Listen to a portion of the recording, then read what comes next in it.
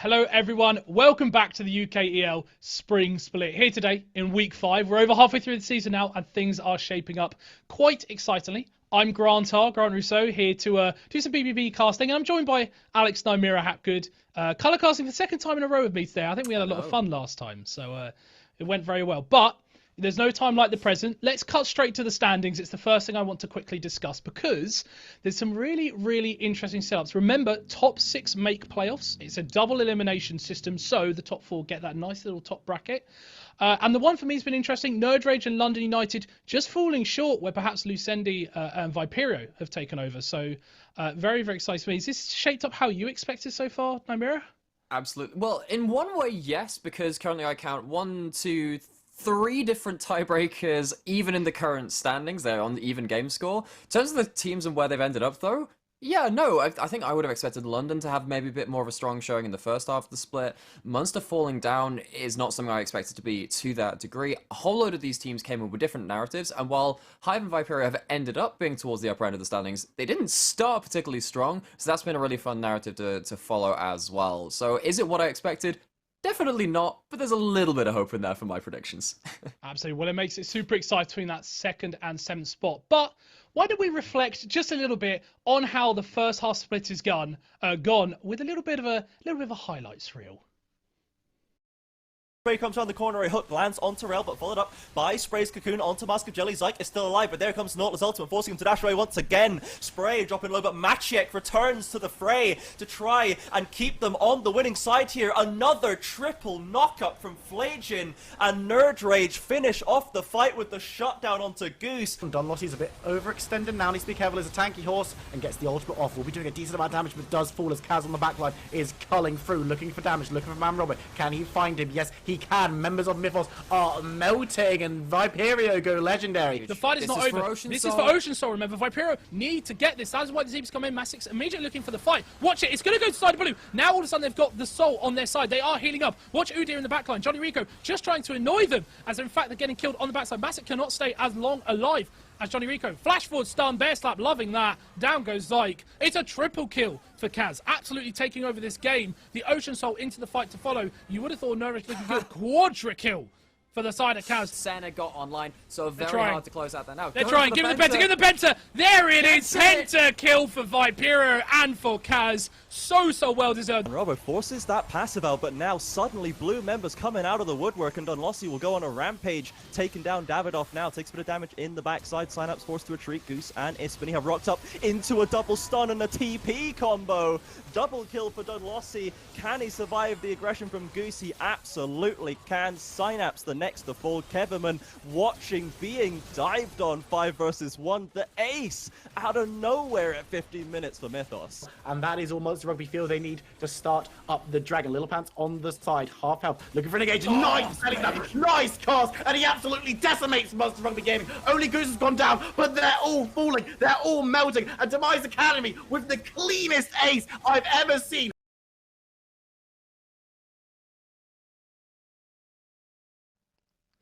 If that doesn't get you hyped for the rest of the split, I don't know what is. I've watched that. I'm so excited. You know what? Even more exciting is the games we have today with it, because we've got some belters that completely change up the league today. So, to start off, we will be having Mythos versus London United. Look at that. Both 3 and 5 fighting right now for that 6th spot. Following up Viperio versus Lucendi, 5 and 3 versus 4 and 4, as they push for the 2nd place. And of course, Nerd Rage and Hive follow the exact same debate. And then to finish off, we will have Demise Academy versus Munster Rugby Gaming. So really, really hype matches, really exciting. But we're going to move our focus towards Mythos and LDN United for today. And I just want to throw it straight to you, Nymira. Like, how do you think this game's go? Who do you think's the favourite? Who's the favourite? Oh, if that's a question to ask. Mythos came into last week a little bit down on the expectations, but they came away 1-1 from that week. They were 2-4 going into it, whereas London left 0-2. Don't get me wrong, there have been some hard matches. London got taken down by Viperio in their last match, which was one heck of an affair. It was a very long game, ended in somewhat of a, well, not a backdoor, but end-to-end business. So it's kind of hard to judge, actually. Okay, 3 and 5. Well, how indicative is that of recent form and how strong these teams are? I'd maybe tip it to London, But if that, it's like a 55% for me. I'm not really sure where the odds are lying in these two teams, which is obviously not something you want to hear from your resident colorcaster. Yeah, I mean, for me as well, like Mythos have been this weird enigma, right? They had a good start to the split. I thought personally they were going to be one of the sort of surprise faces split. I think a few people went, wow, they've come out swinging, they look really good, and it's not really kicked off from there. And you get these days where Mythos turn up and crush it, and days where they just do the opposite. And I mean, LDN United, I love casting them because they just love fighting, but you never quite know which way the fighting's going to go. So a really, really close game indeed. And yeah, I think I'm with you. I think the edge perhaps on LDN, but 3-5, 4-4, It's if both that, fighting. though. Yeah, it's Yeah. so close. And Mythos can't afford to drop this game, right? At the can't. position they're in, a 3-5 match with LDN United, also 3-5. Neither team can afford to lose. That sixth spot in playoffs is missing out. If you want to start pushing for that top four as well, sitting at 4-4s and 5-3s, still possible, right? With quite a few games still to go, you cannot afford to drop a game here. No, and well, we've been saying that and singing that from the rooftops since week one. If you lose singular games, even in a 14-game regular split, yeah, there's a chance you get tie breaks out of the playoffs. There's a chance you get into that lower bracket. And while the logic is there that okay, if you want to win playoffs, you need to beat everyone. Playing from that lower bracket, not having that extra life, not having the extra safety nets and the ability to, kind of have the easy road to the top of the table, it can very much hamstring you. It can do, because a lot of these other teams will then have more game data on you as well, and you have that extra added pressure on you. Not every team performs well under that kind of adverse pressure. And we've seen that. I think perhaps the best example of that a little bit, LDN United. They came off an 0-2 week last week, losing to Hive and to Viperia. As you say, they need to bounce back. And it's been fair to say, I think, where the high pressure matches have come and we've looked for LDN to take that next step, it's not quite happened yet. We saw that. Well, I think both of their matchups versus Viperia, because of course they're 1-1 in them in the head-to-head now, were really long, team fighting, down and dirty affairs. And I seem to remember even in the first week, was it them versus Demise that came out really close, even in the first week?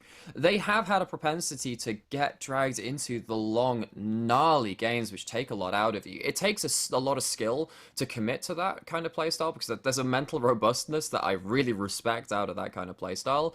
But they wish they would have come away with a couple more wins in those late game scenarios, because they can be equally crushing. Absolutely. Well, meanwhile, Mythos, they're off 1-1. And I do refer to the previous week's form because we have gone through that patch change a week or so ago, a couple weeks ago. So they have played on this new, I guess you'll call it Enchanter patch, but not quite has figured out yet. Beating Munster last week, as expected, losing to Demise, as expected, right? That's your top team and your bottom team. Quite hard to see how they fit as a result in the middle of the pack, especially on this new patch.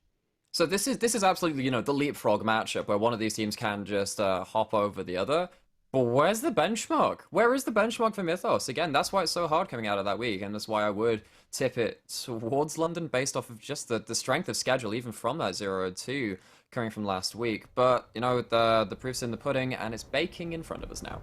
Well, absolutely. And the thing is, we are into game. So the best place to start with the picks and bans. I want to understand from you, Nymera, LDN United, where have their strengths been in terms of picks ban? Like, what have they looked towards? They love fighting, as I know, because I keep casting it. What do they need to do for you in terms of pick and ban to just, again, find that little bit of a level up? Enabling Malware is always a good start. There is, of course, a substitute traitor up in the top lane for London United. So I most of the time when I see London really popping off and doing well, it's through the likes of Malware having a really good Graves game, being able to just get to a point of power. Of course, now we're on patch 11.4. This is the live patch as far as I'm aware, so I don't necessarily know how the jungle changes are going to have changed. Is this going to be a thing where actually Olaf, who's already kind of fallen out of priority anyway, so maybe not the best example. What about stuff like your Talir and your Graves and everyone else? How are they going to fare with the lesser XP gains throughout the game? Absolutely. I want to touch on what you actually just brought up, which is the sub-top laner, right? First order traitor as we call him, is now been brought in. Victorio, I think, has been LDN's one of the standout players. been really, really solid on liking the brawlers and very actually super strong on tanks when tanks were super broken a few weeks ago. Is that going to be a real change now that Ishida has a much easier matchup, you would expect? That's the question, right? I mean, I've cast Ishida a couple of times throughout the last through the last year, which is of course actually that's the only time I've been casting. So it'd be kind of strange if I cast people before I started casting. But Ishida is someone that has gone beyond my expectations when I have cast them. So there is a benchmark, and once again, it's hard to benchmark Mythos, of course, coming into this week. But now there's a benchmark for the top laner of London to match up to and say, okay, you have to be this tall to ride the UKEL hype train. Time to see if you match up.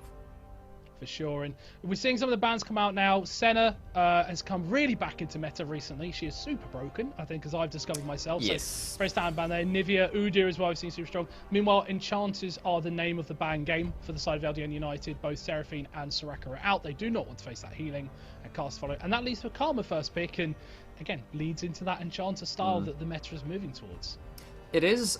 And at some point, I've been begging teams to play something like Rumble Nocturne, which just say, I don't care how far away you are, your AD carry is going to die because all the ultimates get dropped on them.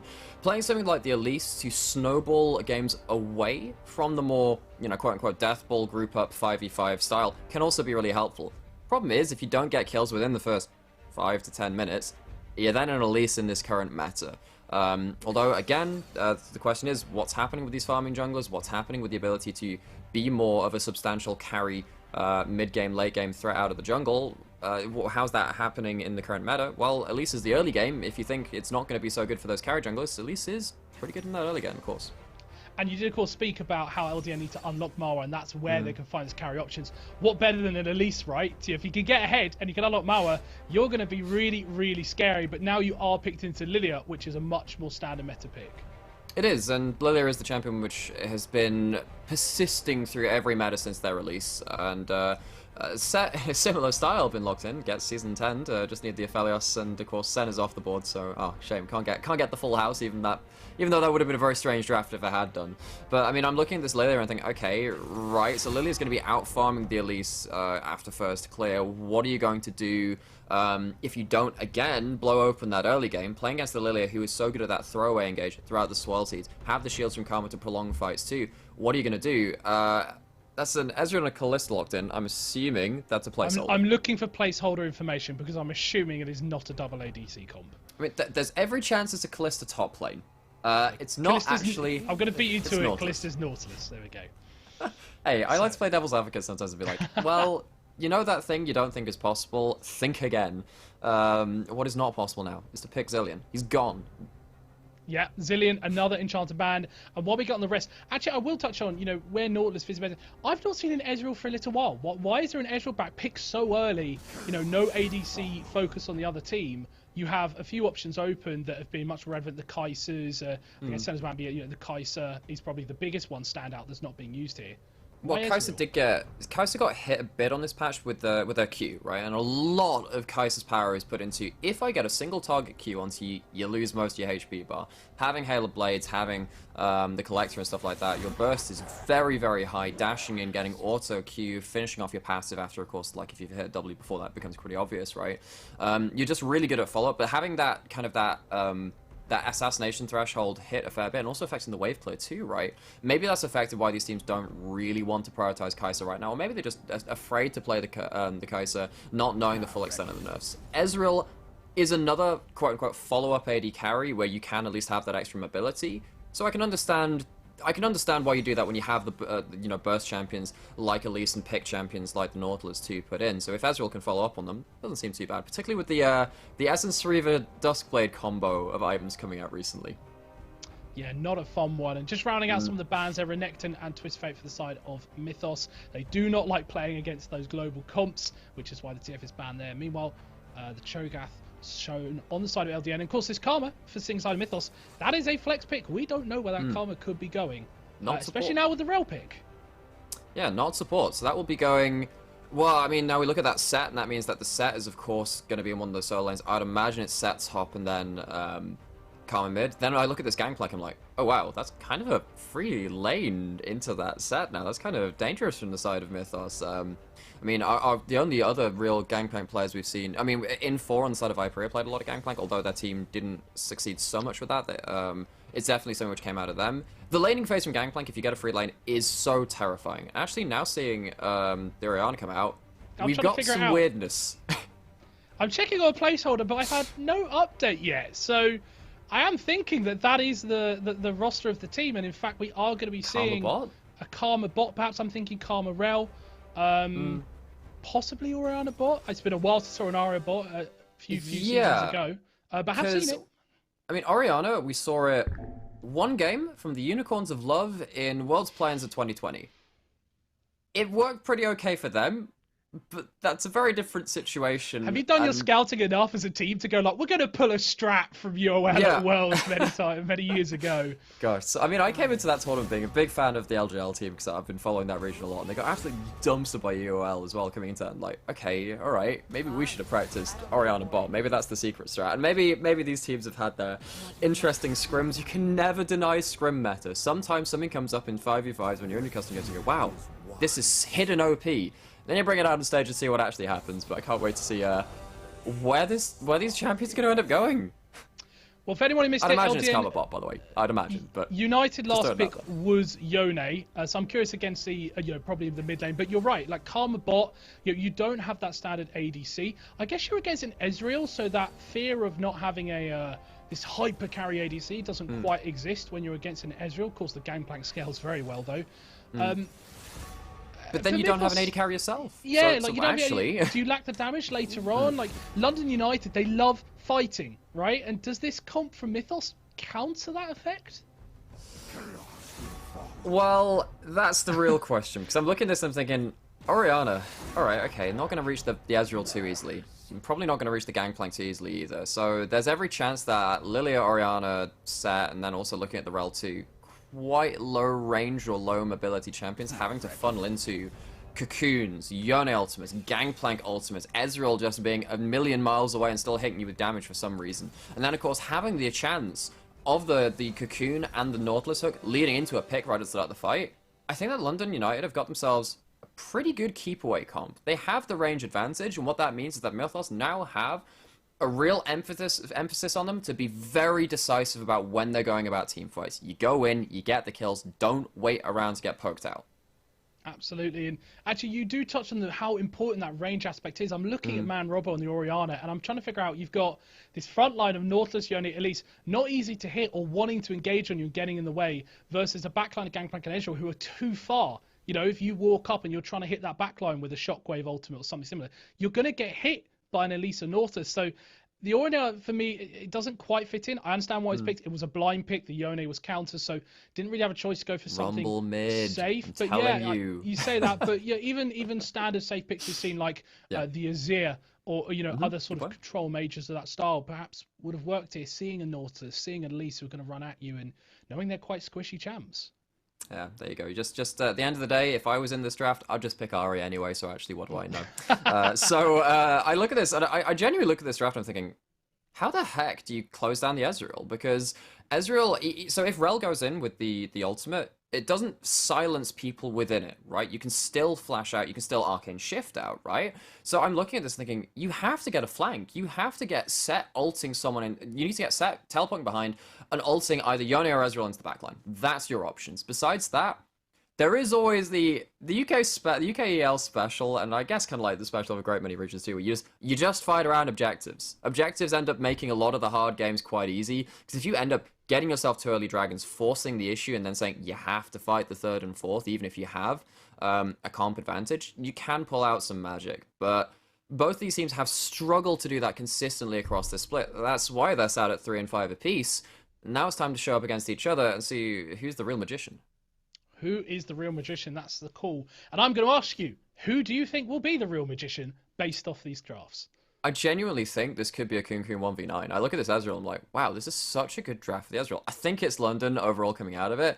Barring some nasty mispositioning where Ishida just pops off and carries people into the fight.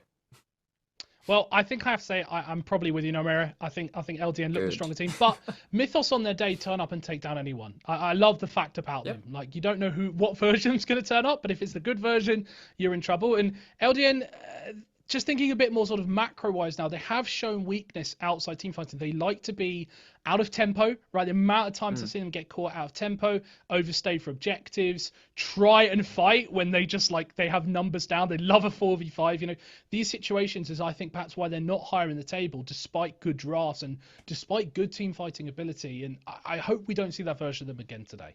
No, I want to see another 50-minute slam fest where we get to late game and have these crazy team fights. Because I, for one, don't want you to have vocal cords at the end of the day. Grant. Yeah, so LDN, they always test me on my flipping vocal cords every week I cast Absolutely. them. 45 minutes, team fighting non-stop, 4v5s, 3v5s, outplays, you name it, LDN they'll do it. Absolutely. See, that's what LDN have over Demise, because Demise just end the game too quickly. You just they've just ended up winning much quicker than most of the teams. Like you get to shout, but it's like a concentrated burst. You got to really keep your mileage up with a couple of these teams here.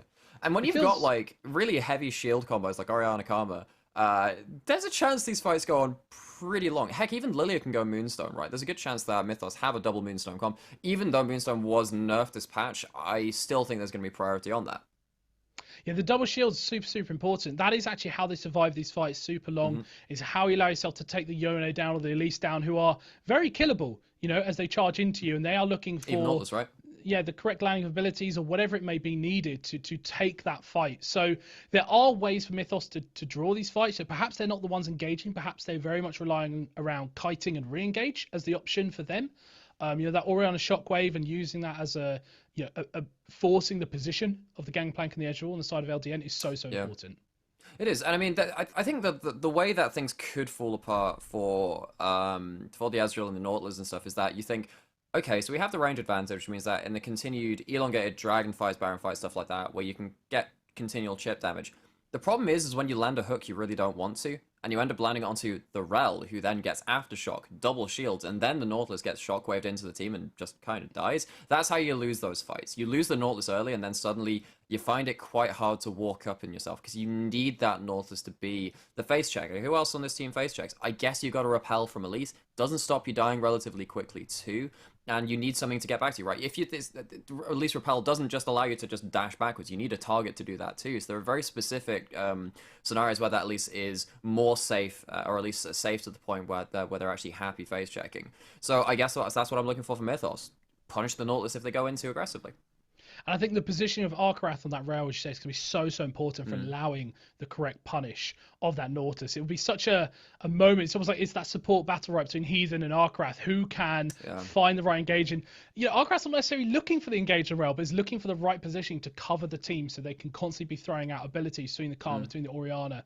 You've got the set there as well, of course, in Ishida to act as a little bit of a meat shield as well needed. Nautilus hooks a set. You pull him back in, maybe you ult him away, whatever it is. You give the set the opportunity to decide how they want to play the fight. Yeah, I wonder if this is actually going to end. I would imagine this is actually going to end up being a Divine Sundering game from the Ezreal. I know it's really fun watching the Essence Reaver Sheen build coming out with the Duskblade, where you get invisible Ezreal, which is something I never wanted to see, honestly. And actually, I don't see him. He's invisible. But if you have the Divine Sunderer and you end up going towards the more tank shreddy build, and also have the sustain off of that, Ezreal can just take these elongated fights, and while you don't scale like a Xayah, like a Kai'Sa, or Phelios, these other really high crit scaled AD carries, well, you're still an AD carry versus no AD carry in this game. For sure, and firing out all those different shots, one after the other, arcane shot after arcane shot. It's just so frustrating, probably, for the side of Mythos if they cannot find the fight they want. They can take an elongated fight, right, with the double shield comp, but it starts to become so difficult if it gets past that point, which is weird to say, but when you've got a Gangplank throwing out barrels and an Ezreal just throwing out all these mystic shots, you get stuck like how do you engage on that? How do you push on that? You've got a rail, you've got a set, but he can dash away. Get vision control, TP behind him with a set. That's the cookie cutter, right? And then if you can do that at the same time as the flash rail engage, yeah, you have a chance. And you do have double move speed buffs, right? You've got the dissonance and you've got the inspire from Karma coming out. So there is a chance that you do have just the absolute move speed behemoth of Dunlossi or Achida going, or Akarath even, just like running into the backline, Mach 4 and pulling off some kind of engage. That's something you can play around. For sure. Well, we are in game. That's the good news. The 3 and 5 Enigmas of Mythos versus the 3 and 5 Entertainers of LDN United, I call it. On the side of Mythos, we have Ishida in the top lane, Dunlosi in jungle, Man Robbo in the mid lane, and the bot lane of Agent Town Arkarath. So, and on the other side, of course, you do have First Order Traitor, Mauer Artkuno, Kum and the Heathen for London United. And we already see the first death of the game. It's a ward. It's a ward around London United's Raptors, as Lilia is so eager to head in towards those. You often do just ward out that jungle path. The 1 CS on one side, the 1 CS on the other side. Both teams are even, both going, you know what, I'm already winning my lane, but you do actually see that second vision wall come out there. So they do want to know where Marwa starts the game. And as you say, so critical how Marwa starts early. He needs to get unlocked on the Elise. It's been so important for him to get ahead in these games and be LDN United's forefront. And, you know, critically for Mythos to completely counter that and just know where he is. So we expect Gangplank to really bully out this lane. One thing which actually might be quite important. So you know, so it's even 1 ward to 1 ward. One of them was a zombie ward, so I don't think they actually give any XP. Whereas the regular ward, which Ishida managed to get in range for the XP for, means that this set's going to hit level 2 off of the first wave, not wait for the first minion of the second wave. That can change a lot of these early trades. Going to see how it ends up working out here. As I think actually the ranged minions are still alive from that. Okay, it does actually end up being important in the top lane as Ishida doesn't want to go for hard trades, but against the Gangplank, really can't blame them. And it's a nice lane for this Gangplank, right? First Order Traitor, he is the sub, right? He needs to, you know, really sharp hit for LDN, who have been so used to Victoria originally. He's been so strong for them. That Gangplank has a nice time during the set to get some gold in his pocket, get out of that lane, move about, and become that scary late game Gangplank we all know and love if you're an enemy top laner. Absolutely. And we've talked about how, okay, yeah, as your Gangplank, they definitely have a comp they can succeed in because of the range advantage and being able to really snarl up the engage pad of Mythos if they're not decisively landing that hook in the bot lane. But look, there are shields. Yeah, that shield's coming through. You see there what the Karma can do. It means that it's completely negated, and it's just been a bit of a quiet start. You are seeing the pressure come from LDN. They've got pressure on the top side. They've got pressure on the bot side. They're looking to set up vision on this map. And something I want to note as it comes in from my stats team is LDN United, they have the fastest first Herald of the split at 8 minutes 25. But Mythos have the fastest first Drake of the split. So when it comes to objectives and starting games off fast, both these teams like to get control early. Yeah, and I'd love to get the stats on actually what the percentage of the first Herald and Drakes that these team gets as well. Is this something where they just like manage to sneak it away in time, or is this something that actually they are more dominant in terms of the stats? Because, well, it's nice to like for us to characterize the teams, having a couple of numbers to occasionally be like, yes, mathematically, proven by science, we can tell you what's actually happening down here. Can give us a bit of a better picture. Well, all in all, that leads to about 4 minutes here. Not much happening. Dunlosi moving towards the top side on this Lilia, perhaps looking for a dive instead. We'll probably just steal the Krug, starts off with that Swell Seed. You've got Elise on the bottom side, Marwa returning the favour, and you are seeing a little bit of vertical jungling, which has been a little bit while since I've seen something like that. Well, yeah, a little strange. I mean, they didn't end up. Well, they haven't. Of course, like Mao's not ended up taking all of the enemy bot side of the jungle, so it's not true vertical jungling. Actually, Mao hanging off side of vision, maybe waiting for an ult so I can remember. At least in the early game, such a powerhouse, and more importantly, in London United want and kind of need to be snowballing with that jungler if they want at least to be relevant compared to Dunlossi later on. Arkarath did move forward, jumps off the horse, but gets Dredgeline back in, has to flash away from the cocoon. That was so perfectly timed for Marva to force that. So a nice little play there as he will go away and clear the wards. Just a good rotation of abilities to force that first flash from Arkarath, and that allows Marwa to focus towards that bot side for the next few minutes if they want to force a kill.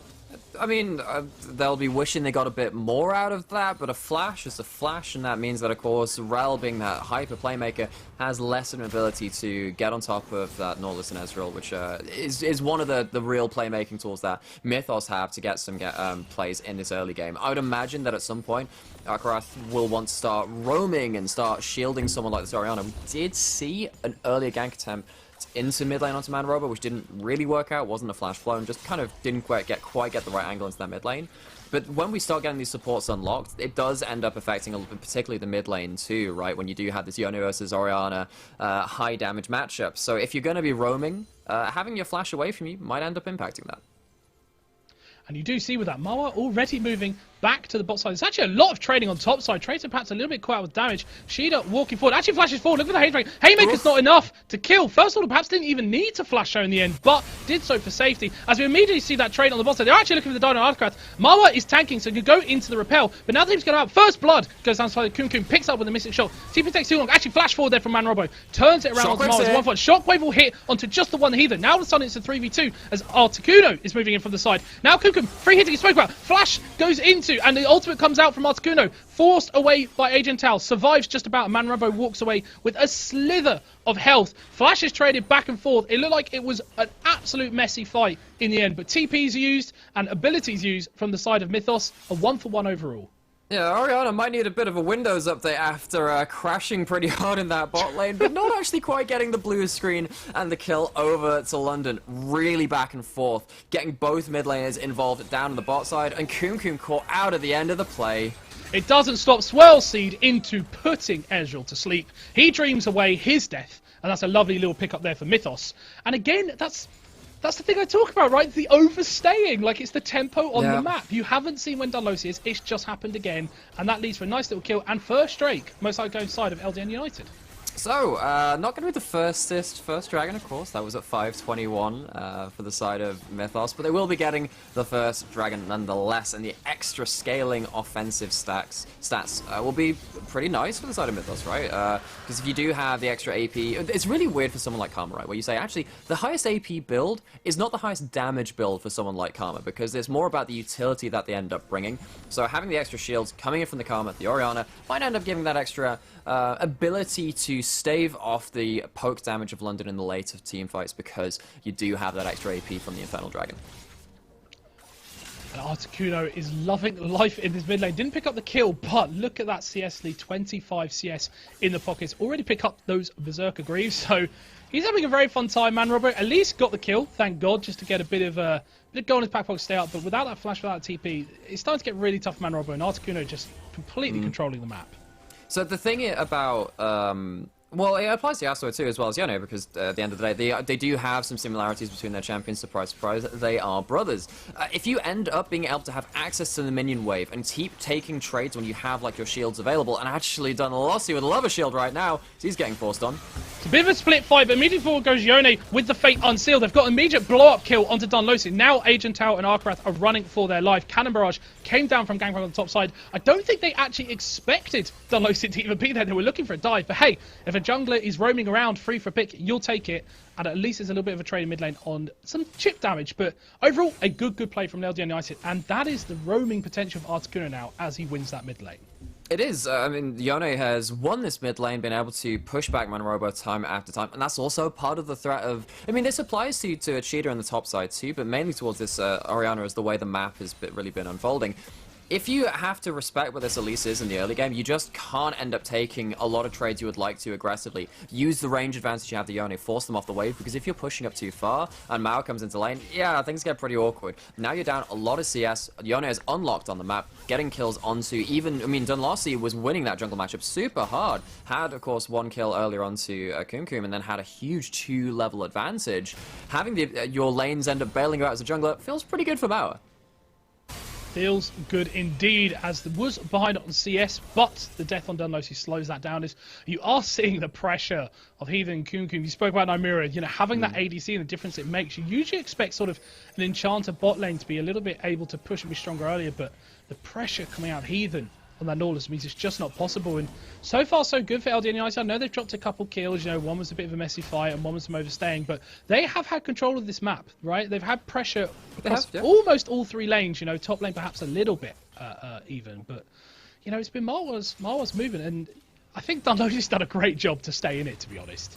I think he has in a lot of ways. I mean, he farms so quickly. He's not been really heading towards the lanes. Maybe actually you could say that Mythos haven't had pressure in their lanes because Dunlosi has not really been so, well, been prioritizing farm over them. That's fine, you know. Lilia is a damage threat and a very big teamfight component of Mythos, right? Going towards that Zhonya's first. Once they have that, they really will start out teamfighting the likes of Elise, who's not done as much early game as they could do. Now the hook is coming in, it lands! Beautiful combo, Dredgeline into that unsealed Fate. Means that immediately Karma goes down. And that is another kill for the side of LDN United. Just so beautifully done. Dredge line means you cannot dodge the Fate Unsealed. And it's just another pickup kill for the side of Kumkum. Yeah, it's locked up, locked down. That's going to be more plates going down in the bot side. And the thing about having, again, ADC, and particularly one like Lucian, Ezreal, these champions which have follow-up potential, has actually done a lot. Is continuing to fight the fight on the bot side, using the ult. Think about taking a 2v1. Kumkum a little bit lower man here. Heathen gets a lovely spin of the staff, but doesn't have enough. Does have enough, in fact. Going to get the kill onto Kumkum. Looking for 2. Think about it. Heathen got no mana. Swelsi will actually land onto the minions. Now Cannon Barrage slightly out of position, which means that Dunlosi can just walk around and perhaps use more as a turret. Well played from Dunlosi there, knowing the limits of that Lilia. Absolutely, getting the continued damage down. And when Lilia starts whacking you with the Q, you just don't get to run away. Way too much move speed. Not Hecarim, but does of course share some traits with that champion too. 4 legs apparently allows you to run down a lot of people in the bot lane. All in all, we're about 11.5 minutes in. A very fast 11.5 minutes. It's been, 6 kills already. A very, very fighting, bloody game as we always expected from these two. Gold is close, 500 gold just in it, still the side of LDN United, but, as this game goes on, we suspect that perhaps it favours them, with that Ezreal, with that ADC, but it can be turned around. Very quiet in the top lane, a lot of the focus has been towards this bot lane, probably to the benefit of First Order Traitor up there on the top side, being a bit quiet on the gangplank. You've got to love that if you're just free farming on him, basically, and now we start seeing more pressure to move towards this dragon, and it looks like LDN got the pressure across the map to start this. It do. There's a teleport coming in from Orianna, but none from Set, importantly. Neither of these top laners is going to be impacting this fight right now, as Traitor's teleport is also down for the next few seconds. Watch Heathen, he's actually going over the wall. Immediately tries to get the depth charge. That's going to hit 2. Automatically, Articuno is blown up with a double kill with that fake seal. That's so beautifully done there from the side. There's the flank from the North is doing everything he needs to do. Depth charge hits 2. You've got a dredge line for fun. That is as clean as you like with a dragon for LDN United. And us here at the UKL, we know how Yone's at dragon fights could really pop off. Articuno getting into the thick of things, getting the double kill. Honestly, Articuno winning this mid lane so hard has been the story of this early game. It's affected bot lane. It's affected the first big team fight of the game. It's going to be 4 plates in the mid lane just before plates fall too. Articuno taking this game by the scruff of the neck. I've played against Yone's side this right now, Mira. 3-0, right? It doesn't feel like your fault in mid. You're 1-0 in mid. You're trying to keep up and farm. You look at your mid laner. He's 3-0, and you go, "Oh man, what's happened to my lane?" Exactly. It's I'm being a mid laner myself. Kind of been on the both ends of that, sometimes they're like, oh yeah, okay guys, my this one's my bad, oops, I'll try and get him next time, but you don't really get him next time, both these teams are at 3 and 5. We were talking about neither of these teams can really afford to drop games, and when it is coming off of these solo individual early game performances, suddenly warning sirens start ringing. With that, he's already got his mythic. Doesn't actually go for the immortal bloodbow. What do you think about this pickup instead of the? I think it's fine. Immortal blood. Look, What's it called? Strongbow. That was the Gale Force, this one, but then the other one is the Immortal Shield Bow. Shield Bow. Strongbow's a drink. So it's that's not a. buddy, I think that's a bit of a Freudian slip there. I've been in lockdown too long, man. I just want one. What can I say? When we're going off broadcast? what do you got planned? Well, actually, they are trying to get a kill onto Articuno. He was desperate for that tower. And there we go. Uses the Gale Force to get away. So I did want to touch on that, sorry, as I did Freudian slip. But usually you see the Yones or the Yasuos go for the shield bow. Why the Gale Force this time? Is that more because he's ahead? So it's partly because, you're winning lane. That's definitely one thing. And the other thing is that you do have a bit of mobility on the side of Mythos and a lot of shielding, which will help try and buy some space for the person that Articuno is all leaning onto. What the Gale Force allows you to do is when you use your Fate Unsealed and you go really deep, your Gale Force just allows you another gap closer. You're going to have a Q if you end up charging that up. You're going to have your Gale Force. You're going to have your ultimate. You're going to have your fleet footwork too to give you a lot of move speed. It means your chase down potential. And of course, the execute damage is not to be sniffed at too from the Gale Force. It's just really, really high. And it means that Yone has a lot better side lane opportunities too, where you can just have this all-in high sticking power Yone build. I think it's going to be so important as the game goes on. Articuno's done a great job of pushing that lane and rotating, but now they've got their mid turret down, he can go into the sides, and I'm not sure anyone can really match at this point. And LDN United see that pressure on mid lane, it's opened up, they can move across the map. They're going to try and get some deep vision in here into the bot side. Really, really good work in order to push it as some vision work and build up the macro, and you've got the Drake 2 minutes away. So doing their job on that side, and we wanted to see more of that, right, from London United. We said we wanted to see more smart macro movements, set up the vision, fight correctly, use the pressure of your lanes, and take objectives, as opposed to the London United I've met, which is just fight. Yeah, and I mean, let's be honest, even if they're fighting and trading even, they still have the Gangplank who's got up to their Divine Sunderer. They're going to be doing fine versus the set, and they currently are on the sideline. And so actually, joy to me, we are actually going to have the Essence Reader going into the Lethality Ezreal build of the Duskblade, so we're going to see some really fun burst combos. Might need it on the bot side, but Ezreal's not there. Getting a teleport bot. Flash forward from Rail, immediately pushes the Magnet Storm. That's followed up by the double Shockwave. That's really good work. Now goes to sleep the Yone. Down comes the Elise. That's a beautiful double pick up there. Did force the TP, but that is how you combo Magnet Storm, Shockwave, Slam Dunk, put them to sleep with the Lilia. Thank you very much. 2 kills to the side of Mythos. Decisive engages, it's what Mythos need to do in this team comp. They do it right there. Get 2 kills, what can they take off of it? Well, it's a minute until Dragon and Herald's not up, and they're getting pushed in on the other side of the map.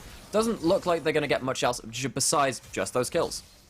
I just praised London United for their macro, get the vision on the bot side, using that reset, go to Drake. And then again, they overstayed, they looked for, I think it was a couple jungle camps, that extra wave bot, they just, they push and push and push. And it's like, you know that meme where it's just like the person like sat there, it's like, first time, and Akrath is caught out now.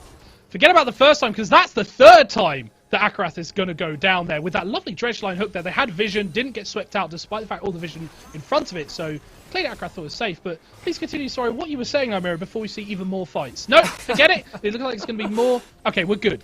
I'm passing to you while we still got a chance. This game is a play-by-plays game. This is the one where I'm like, alright, what can I make as a point within about 15 seconds, because the largest gap I'm ever going to get this game. What I was going to say is that it just, I mean, one thing I'm just going to flip over to now is that, I mean, I was talking about, well, maybe you can punish the Nautilus going in from the side of London United, on the side of Mythos, right, and say, okay, Nautilus is the person we can pick. Actually, the Heathen has stayed deathless, and it's been Akarath who's been caught out more often than not, sacrificing themselves to try and get those bigger engaged. But then, of course, down in that bot lane, they were piled on so hard to get this Ezreal fed.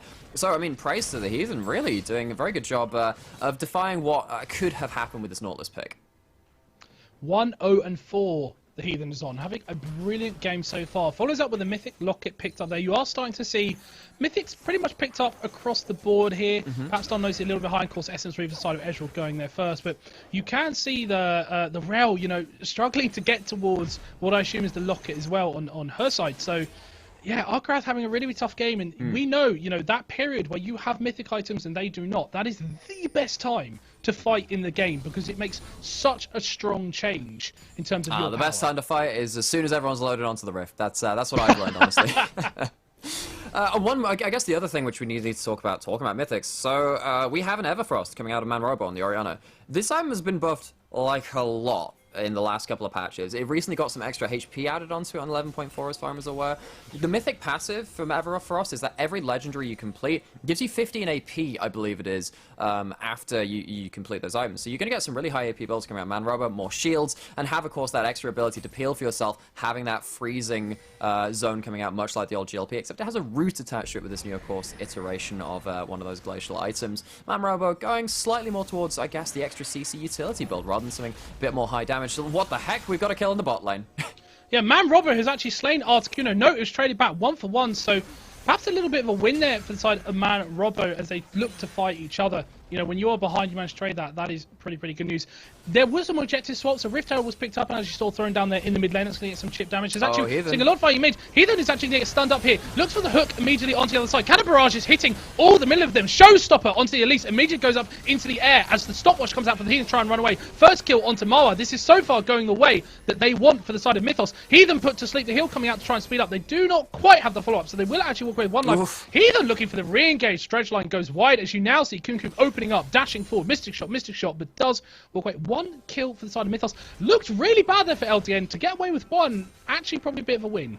Yeah, I mean, Mao's team fight kind of started and ended with a quite loud splat as he gets absolutely pummeled by Ishida with the ultimate. And this is kind of what we were saying about the Elise pick. Once you get into the late game team fights, this isn't a Zonya's first like we're seeing from Lily. You kind of have to go towards the snowball high damage build. You get outscaled, you have a trouble navigating a lot of these team fights, particularly when there's the ability to stave off a lot of the bursts, which you bring as a champion, at least, from the amount of shields coming through. Mao has struggled to have clean team fights, sat at 0 and 3, and on the other side, I mean, at least the Ezreal's staying free in these team fights, but I'm looking at this list and thinking, alright, that might be a problem leading into later team fights now. And we are about 20 minutes in, just over 20 minutes in here, about 3,000 goalies. Seeing they've started LDN United mostly come through the turrets they picked up and a little bit of CS in the mid lane as well, but very much around those early objectives picking up for their side. But Mythos showing very, very strong signs of life, really punishing LDN for their missteps, but also forcing engages of their own choice, which with a team like that's not always easy. So doing well. What we haven't seen, of course, from LDN is that 5-5 team fight where Articuno's really been there from the start. That was a 4v, that was a 3v3 again. These top laners have not been opened up outside a cannon barrage, from Traitor, I think, and occasionally Ishida that. We've not seen that traditional 5-5 that LDN want to do, but with a Yone, perhaps you don't even need to for once. Maybe not, because, I mean, this Yone from London United has the Infinity Edge second. It's not even Bloodthirster second. Articuno's saying, alright, okay, I mean, game on. I'm just going to go for the full correct build. I'm going to burst someone out in side lanes. Maybe not the best ability to survive in the team fights, as Mao at least manages to face check with a W, but might get caught. No Raptors here. Yeah, I don't think they must know they're there. They kept saying Swelter's come down, but Mara's actually going to immediately come down and try and flash away. He then tries to keep Mara alive. Does a great job. Shockwave actually lands onto two of them. That will take them down. Now they're trying to return down. Look at what Kumkum's doing, opening up together with that cannon barrage. That's going to be a 1-for-1 trade, and what was actually, to an extent, a 3 versus 4. So really, really good job there from the side of LDN to turn that around. 8-8 in kills, 1-for-1 overall in the fight, but LDN with the push. Okay, so we know you can catch the Elise. We know you can catch out a number of people from London United. Yeah, the Ezreal's not one of them, and the Ezreal is doing work. So is the Gangplank, and if they stay alive at the end of it, they now have the items to really be a threat. You're looking at the Orianna to burst down those carries if they can, but this time it was the Shockwave used to finish off Mauer after they have to flash out. Things are going relatively back and forth in these team fights. It looks like the start of the fight definitely going towards Mythos, but if everyone is there and available from London United, the 5v5 seems to be going their way.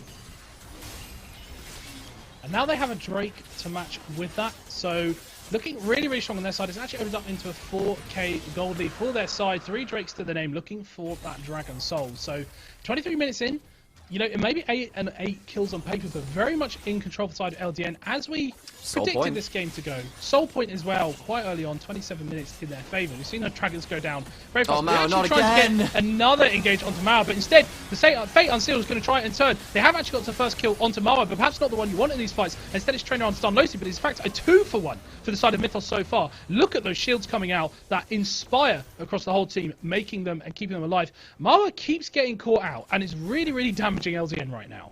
But that's because they don't have river vision. They know that Baron is maybe a potential for the side of Mythos, but you can't just let that happen. So you start using the volatile Spider Lane, trying to use that for some vision, which of course it has done to an extent. But the ability to hop over walls, use that crash down from Rel to do that, have the Shockwave catch out the Elise time and time again, is meaning that it's getting a little bit difficult for London United to have the longer range team fights where they get to poke down, which work in their favor. Mythos is getting the shorter, sweeter, bursty team fights for their side, and they're coming out relatively okay, even though the objectives have gone against them. The question for me now is, okay, right, you're against Soul Point. You might not be able to choose a fight as well as that in the next couple of minutes, particularly when those objectives respawn. What are you going to do at that point? It does become so tough, as you say, for them. They are actually moving towards the Baron side here, LDN, as a result. Perhaps they need to get vision, but look at that vision across the map, how well Mythos are doing there. The vision wars top on Baron, inside the enemy jungle, doing a great job there to try and make sure, look how dark it is around Baron. So that threat from Mythos... And this is why Mauer keeps dying. You just can't allow that kind of vision opportunity. Yeah. And you think, okay, well, why do they keep walking into it? Why don't you just, choose not to die? Well, losing Baron is probably worse, because you look at this Orianna, I mean, how do you actually end up defending a lot of these team fights when you have, you know, so many members that actually can't stand there in front line? You want to be stood there and not have the issue forced on you. Well, that's a problem when you've got a Baron buff facing you down. What London United are really hoping for now is that this game lasts until that next Dragon, they get Mountain Soul, and then they can maybe start having more of an advantage in those bursty team fights they've been losing so far. Survival is the key, perhaps, then for LDN, despite the fact they do have the 3k gold lead. I say it's dark on their side. Notice no TP for the side of First Order, so he's going to have to play towards that sort of mid lane. Cannot afford to walk away while Ishida does have his up. So they do have that advantage right now, and it's going to be very much a game of who can pull the triggers. We sit here in the mid game. Second item starting to be picked up now. You do have that invisible Ezreal build, which I am not excited to cast, but I chose a color cast like Mirror. You are excited to see that. So the Essence Reaver Duskblade. So, explain that one to me. So why is this suddenly a thing? So, one of the problems with Ezreal in this current season is that Triforce and Frostfire Gauntlet aren't really the Sheen items that Ezreal likes. You can go towards Divine Sunderer. It doesn't fit every game, though. It works better against, in long, extended, anti-tank team fights when you're playing against stuff like your Scions and your Maokais and whatever else in the top lane. Essence Reaver, much in the same way that Gangplank has discovered this in a lot of builds too, is just better against a lot of squishy targets. You don't necessarily need to go for that Mythic first, and then it's like, well, okay, I have my Sheen proc now. Now I don't need to have a Sheen in my Mythic items. What's best for me after that? Well, okay, what does Ezreal like? Really likes Ability Haste. Duskblade gives you that as a Mythic passive, and also your Q is, of course, physical damage. Your Essence Reaver proc is physical damage. Having the lethality on top of that, and the extra on-hit damage, and Ezreal loves on-hit damage too, it kind of is all slotted together in a somewhat janky but makes sense build.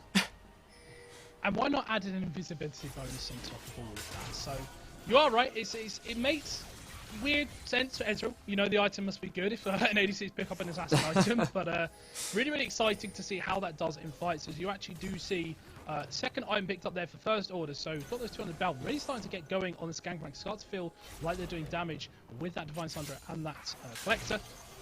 The soul comes out from Articuno, looks over the walls, going to dash back to it, rebinds his soul. It's very much coming in this game we expected, where it's a bit of a dance around the Drake. This is the Dragon Soul, don't forget, up in 30 seconds. So both teams really fighting for control here. Look for the poke, where's it coming from?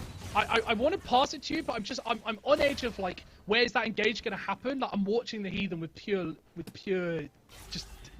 vision. I mean, like, just so am I now, but like I'm also looking at this thinking, well, actually, we kind of need it to be poke from the side of London United. That's where they're exceeding. They're just not landing it right now because this Orianna ball is just being so threatening. Look at this, they have to walk over it. It's doing a lot of their zoning job for them. They're waiting for a swell seed to land. Maybe that's where it'll blow open from the side of Mythos. Kumkum spanning that Mystic shot on repeat as it comes down. The barrel spot. You've got. He has 65 ability haste. It's so ridiculous. Look at how much damage it does to Age of Tower. Now you're gonna have to see Mythos move in because that Dragon has been started. Sitting about half health already. Fate Unsealed is actually gonna go wide. Cannon Barrage comes down in the middle. He's gonna dash back. Now all of a sudden it's good for Mythos, but they are taking so much damage from that Cannon Barrage. Marwa is gone low. Shockwave only lands to one. That's not the one they want. Now Articuno's come back in the fight. Showstopper's gonna bring him down. He's gonna go down. It's a 1-for-1 trade so far. Support for mid lane, and all of a sudden it's repeat and retreat for the side of LDN. They cannot take this. Dragon is still up though. They've got their jungler. Marwan just about survived. And Kumkum's still alive. I mean, at the end of this, you get a good pick, but then the Ezreal's still alive, which is the lion's share of the damage from London United still. Man Robbie trying to go for the steal. Look at the other side. It's not been stolen away. Now that is Soul for the side of LDN, London United. But they have been shut down as a result. And it is looking really good for them. They've got it in their pack. They're trying to chase. Really nice shot actually from the Everfrost from Marwa. But look at the damage coming down. I'm not sure he survived that. Kumkum trying to follow. Double flash. As the parlay combined with a Mystic shot is a lovely Q combo. So maybe this is going to finally be London United winning out in one of those late game scenarios. They have themselves the Uber buff of the Mountain Soul. They have their scaling carries of the Ezreal and the Gangplank who survived that fight. Yeah, Articuno goes down, didn't have the best team fight in their own regard. And now Mythos are left trying to defend this Baron take. They are turning up slowly but surely. You have just the two of them versus 4 TP. A short came in. Shockwave will land on 2. Not enough. In fact, it is an attempt to kill the side of Articuno. Will that soul last long enough? No, it doesn't. Actually have to bind. Really go back to his bind. Really good. Zoni's X5. But red team, London United, have slain the Baron.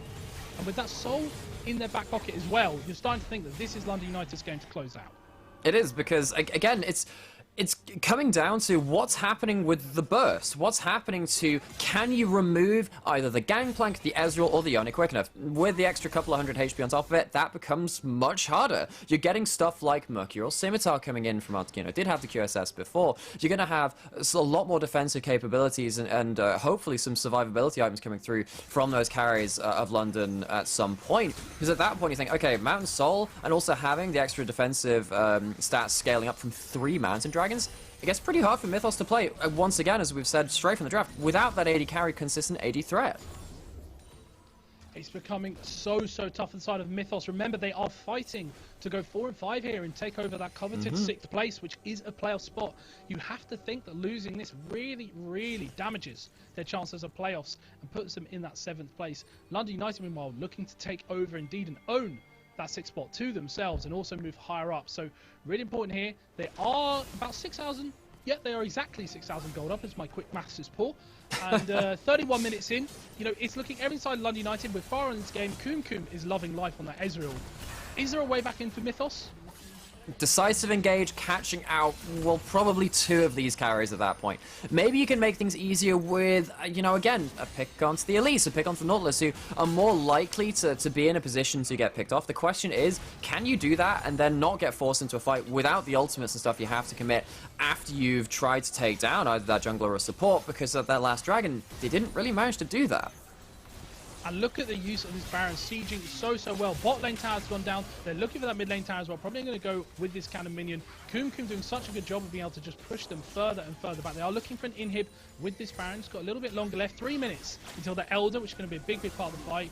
First Order traitor is sitting on the bottom side, acting as a great distraction.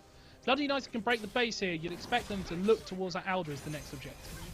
You'd be looking towards that, but I mean, is it even going to last that long? Swirled Seeds are maybe the way in for Mythos. I try and CC out the backline, but now there are so many QSSs, and I mean, heck, everyone but Nautilus can outplay that sleep, either with a Zhonya's or a cleanse of their own kind. It's looking pretty dire for Mythos now. It's starting to feel like Draft Kingdom for the side of London United. There can be nothing done from the side of Mythos. They may be equal in kills, but they are not equal in gold across the map, and it's really struggling, showing resets coming out outside of London United. 2 inhibitors picked up, base broken. It's going to be a miracle for Mythos now. They need that shockwave miracle. They do. I mean, another thing we're going to need to talk about Miracle, unless he's finally completed that mythic item. I mean, I was going to say this earlier, but, you know, fighting kind of takes precedence.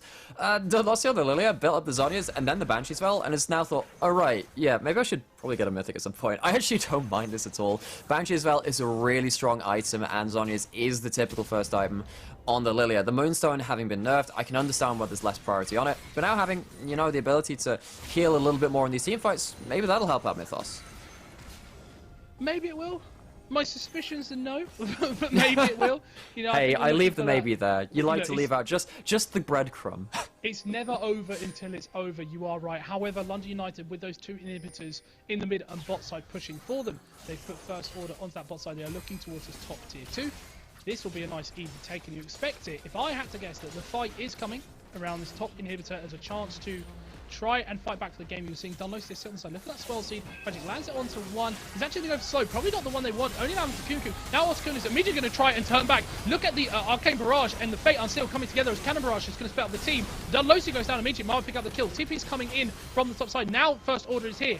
Immediately Zhonya's coming from Marvel to try and survive a bit longer. Dredgelight's going to land as they need. Showstopper into the backside. Trying to take down Arcuno. Is it enough? Haymaker will keep him alive. It does go wide. In fact, Arcuno doing a great job. No, he will go down to Ishida. On the other side, Marwa is 1v1 against Arkarath. Ishida getting stuck. Does a great job. No, the Mystic shot finally takes him down. It's a 2-for-1 for the side so far. And look at them chase. They want these kills. They want to end the game right here, right now. They have bot wave pushing in with the super. They have mid wave pushing in with the super. They don't even care about the himself. They want to end the game here. Top and jungle down for the side of Mythos. First turret down. Looking for the second. Everfrost actually going down. Flash away to the side of First Order Traitor. Doesn't want to take that fight. They are actually looking like they're limping a bit away as it's being defended. They're going to get triple in him. Triple in they are going to get. Does mean the game. Yeah, they're gonna get 3 inhibs. They get to reset with, of course, their Elder, and then after that, the Baron on the table. London United in a dominant position.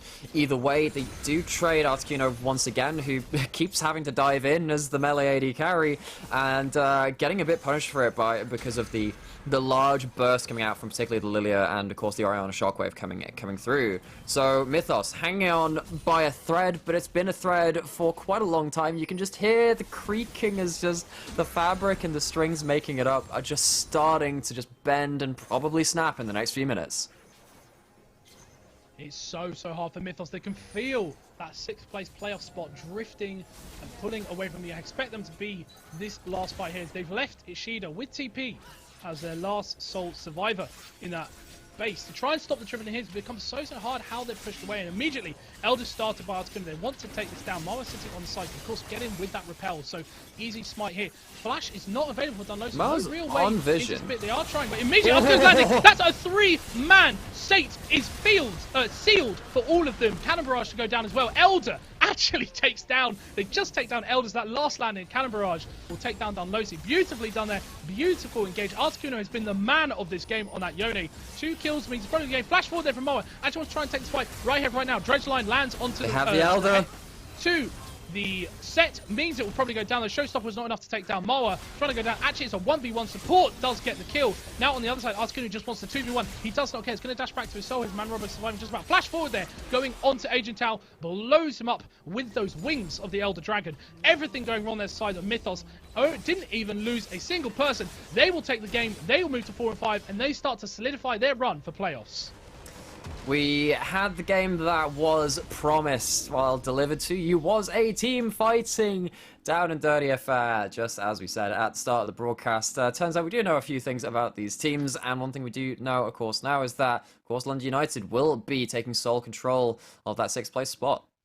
It did take 36 minutes, but for me, that felt controlled by side London. Yeah, a couple mistakes here and there, a couple picks off. That is London through and through. But for the first time, I felt good macro, good objective control. Knew how they wanted to play in their team style, playing the fights really, really well, and Coom just loving life on that Ezreal. Absolutely. It did, at the end of the day, feel like a little bit of a can Mythos overcome this draft? They almost did. They got some really good picks in the mid game, particularly onto Mauer once, twice in a row around that mid lane outer turret when they managed to get a lot of vision around the Baron and start threatening that from the fog of war. It just couldn't last. They had to do it too many times in a row and eventually lost that really big fight around the Dragon. That's kind of where the game slipped away from them.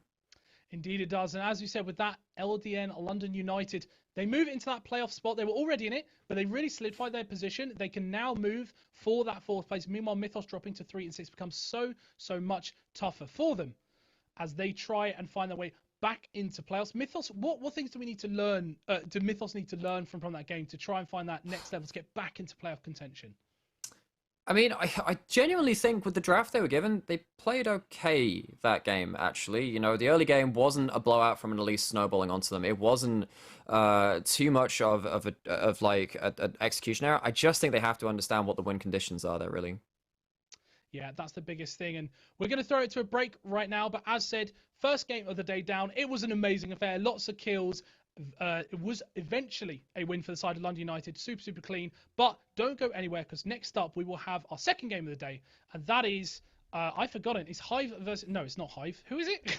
Viperio versus Lucendi. Viperio versus Lucendi. My bad. Viperio versus Lucendi. Stick around. Stay with us. And we'll be back for that.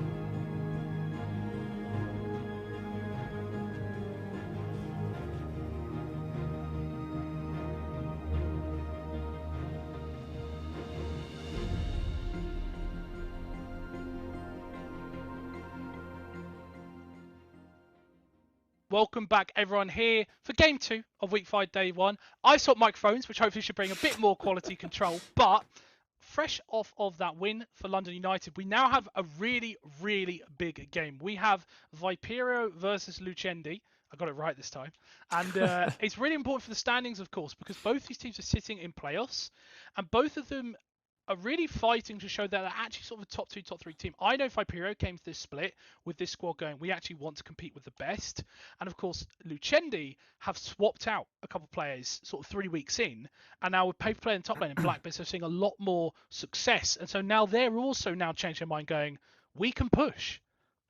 Absolutely can. I mean, the thing for me is that, so Lucendi are one of actually quite a few teams that have that first win against Viperio now, who came in and are now 5-3, because Viperio only lost one game outside of their week 1, right? And that was that one versus Demise Academy. And you kind of expect teams to lose to Demise Academy, unless of course you're Hive Central. That's the difference there. But I mean, I'm looking at this now, and Viperio, I think that they've set their goal to be, let's go 1-on-1 versus all the teams now. That's, if we can do that, as long as we get into playoffs, we're good, you know. Like, just on a mental standpoint, if you do that and you can show that you can take down every team, that's so important. On the other side, of course, Lucendi, they will want to be securing that top 4 berth, because now with the win coming in from London United, the pressure is on to Nerd Rage and onto Lucendi to say, you got to end up winning a couple of these games because we are keeping pace. You lose a game, you start falling down the standings. We can see how now the pressure is onto the likes of Mythos too, who were even, of course, with London United, but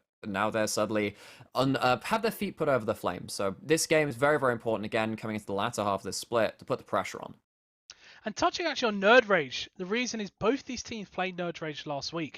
And I've kind of started, I personally had them as a very sort of top 2 team start. They've kind of fallen away, and they've ended up becoming this gatekeeper team, right? In terms of where you sit in playoffs. They're very much holding 5th place, and they've, you know, beaten the best and lost the worst. Beaten the worst and lost the best. It's been that kind of repeated look. They do the complete opposite. Exactly.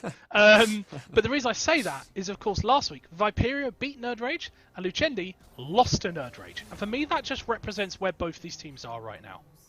I think that's obviously a good litmus test, and I guess it's a favorite phrase of my brother. You heard me use it at the last cast. Like, you must be this tall to ride this roller coaster. There is like a limit there at some point. We're like, yeah, you have to be of this standard to start competing with these teams, and I think that I look at both these teams, and I think that, I mean, I don't think Viper are particularly the explosive early game team. Lucendi have pulled out some weird stuff. They pulled out the Nocturne versus Demise in their loss to them, and I thought that, hey, you know what? You lost that game, but congrats on trying, actually. You've played your own style, and a lot of these UKL teams, it's really impressed me how they have just committed to playing their own style.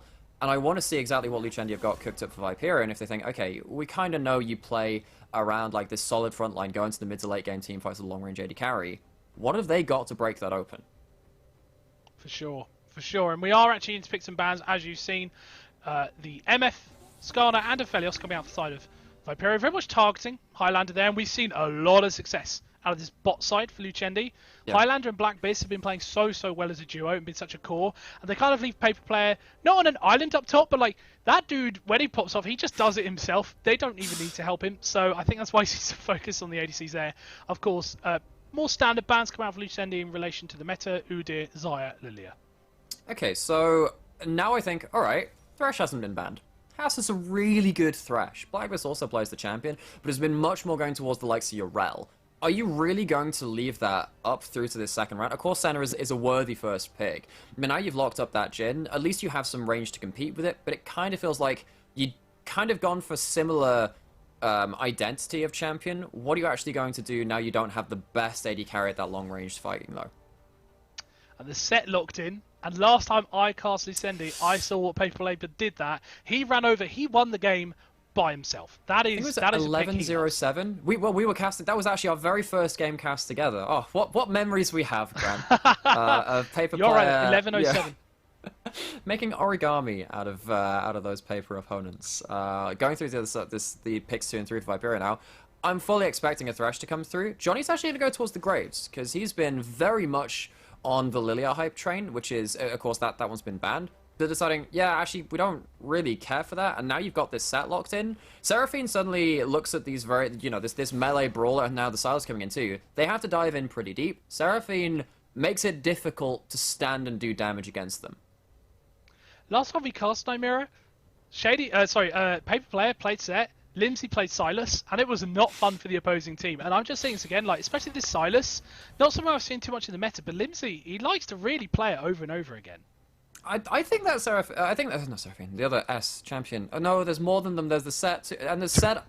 It's going to be a fun one for me. Letters. I am bad at letters. Silas, I think, is kind of fringe meta in a lot of ways. Now I look at these 3 champions locked in, I'm like, all right, that's 3 good ultimates. And I have a bit of a bugbear with people that say, just pick Silas for the ultimate. You know, pick Silas into Twisted Fate. It's always the counter. And yeah, there's some value to that.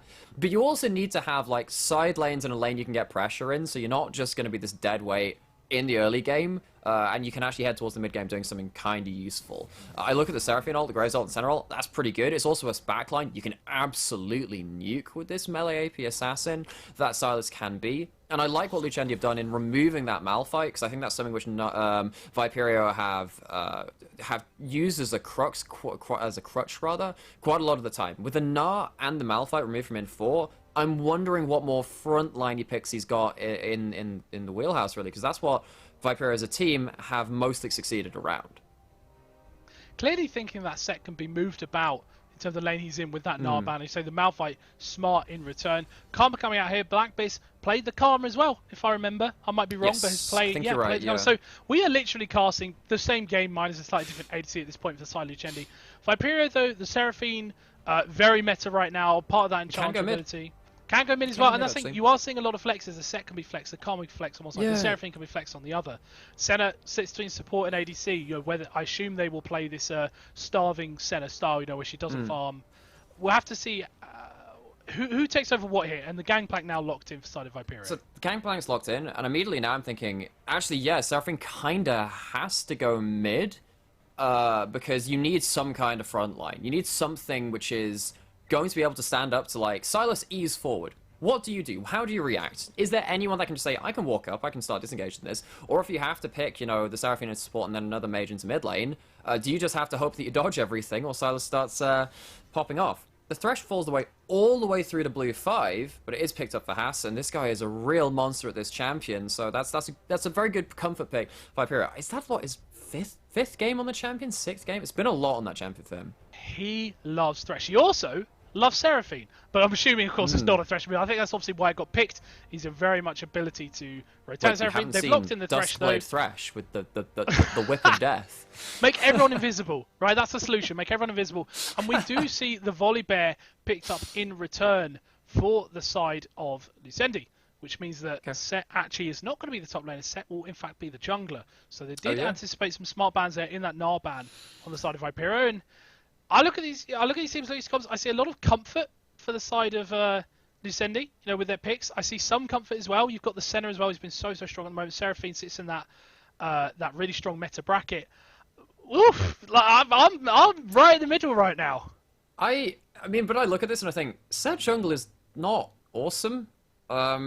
If you end up pathing poorly and you fail a gank in one of your, if you don't end up snowballing off your first gank, Graves just turns around and just farms the entire jungle, and then suddenly it's much like the Elise we had in the last game. You end up like at a 2-level disadvantage, and much like in the last game we saw from London United, there is a range advantage on the side of Viperio, and they have more long-range catch in terms of the hook. They don't have to start flinging themselves forward with the Silas and stuff like that. I guess the Jin W is still pretty okay though on that side. I am a little worried that Viperio don't have a really quote-unquote tank. I mean, Thresh can be okay with that, and you're going to have healing and shielding from Senna and the healing and shielding from Seraphine when they get the Moonstone too. I think overall, though, I look at this Set jungle, I'm like, that's kind of risky. There's a good chance you fall behind on that.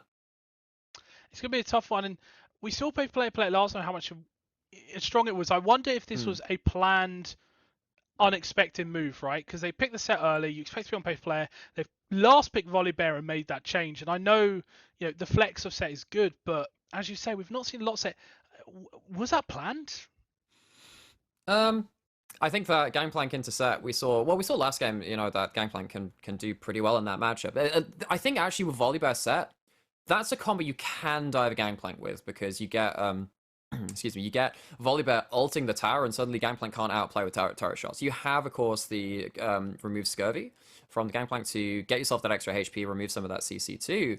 And Infor has been a notoriously strong early game lane player to stop the ganks coming in too early. Question is, when it comes into, you know, the post 6, like level 8 to 10, when you're going into side lane 131, is Infor going to be struggling to stand under tower? Because that's really what the Volibear set combo can do to a side lane.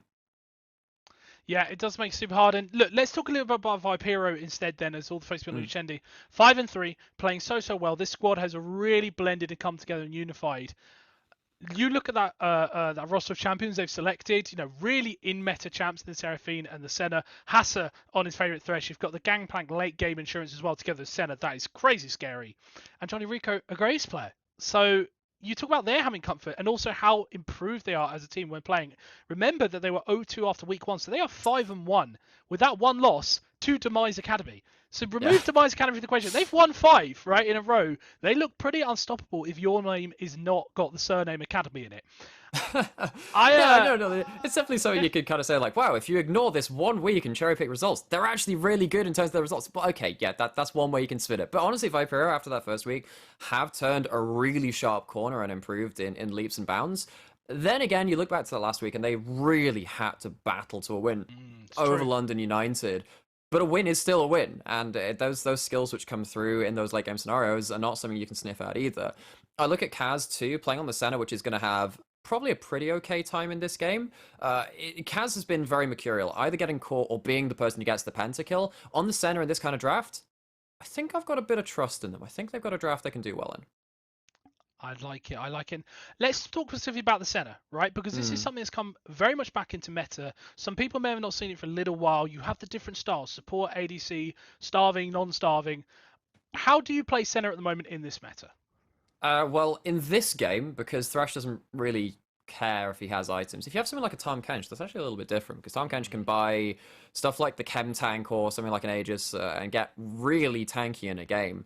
And that's when you can start playing the Starving Center, the Fasting Center, and then the Feasting Support to get like an extra kind of X factor on the table of being like, this guy's way tankier than they would be if the Senna was AD carry. But in this kind of draft, and when Senna can be so strong, you get farm, you get to your 2-3 item combo of Kraken Slayer, Rage Blade, and then something like the Rapid Fire Cannon, and your range is just unavoidable. You just sit in the back line, and in this kind of draft, you don't get on top of the center particularly quickly or effectively, and then there's a Lantern, and then there's Seraphine trying to bail you out too, and you just become pretty much the pinnacle of backline AD carries for the moment right now. The only problem with playing ADC is you get less souls than you would do as a support, because if you end up killing minions, the soul drop chance is much lower, and one of the things which has been buffed about Senna recently, and that's why we've seen the fasting Senna come out more, is that the soul drop rate for minions that you haven't killed has increased by quite a notable percentage, but if you still get your item break points, Senna's pretty hard to deal with.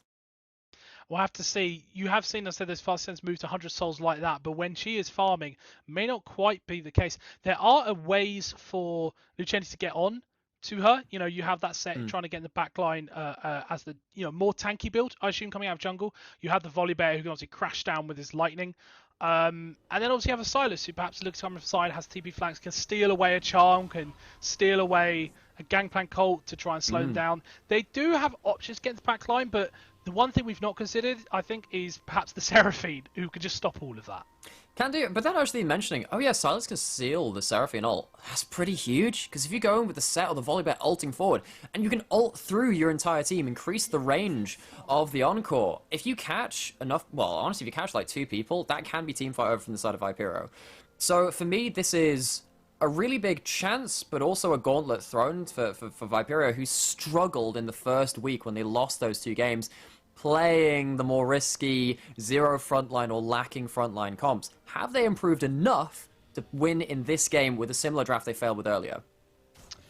Well, Vipero already looking to make the first move. They actually got a lot of damage on Highlander. You expect the flash to come out here as Death Sentence doesn't quite land. Immediately the sweeper comes out as you want to spot that ward and push them back. So a lovely little invade here coming from the side of Vipero. Immediate flash down for Highlander. Vipero making a strong start. They are, because that's flash away from the Jhin. Jhin Karma is a strong lane.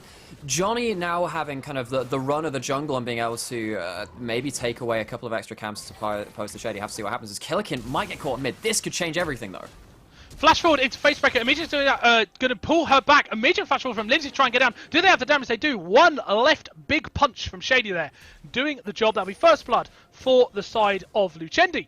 And a really good job there with the double flash. Yeah, it seems like Killikin had a bit of awkward lane positioning towards the top side of the map, even though they invaded on the bot side. This could be pretty big, though, now a return gang, but then Johnny Rico's turned up.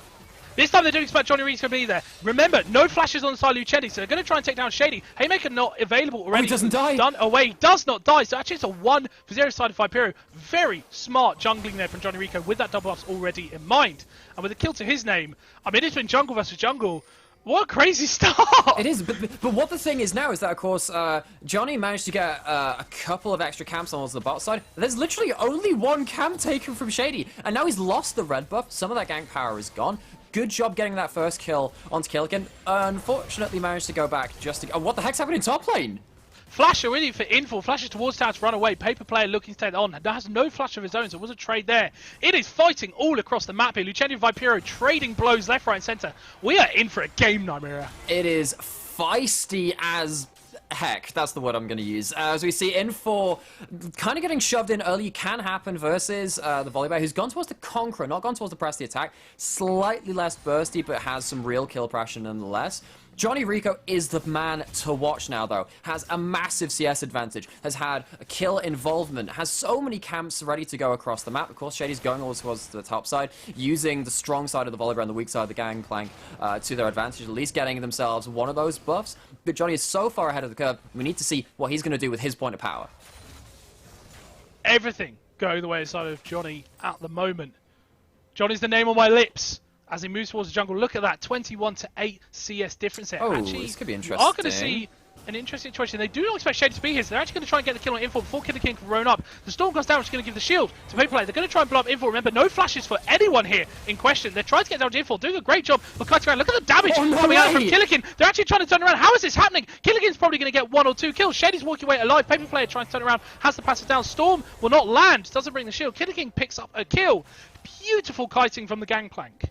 But the extra 4 minion damage you get, FK finally manages to get, I think, either the last tick of the corrupting... No, I think it was just the E coming back off cooldown. I was wondering if minions were going to get a better KDA out of that than actually any of the champions involved. Seraphine, Killikin gets a really timely roam. It's not Graves, which ends up using their early pressure well to save the Gangplank. It's actually going to be the Seraphine instead, and that's a really important moment. Because Johnny, all that meantime, the person which we've been, again, talking about in this early game, managed to get another scuttle. Gonna double scuttle in the early game? This Graves is in such a good spot.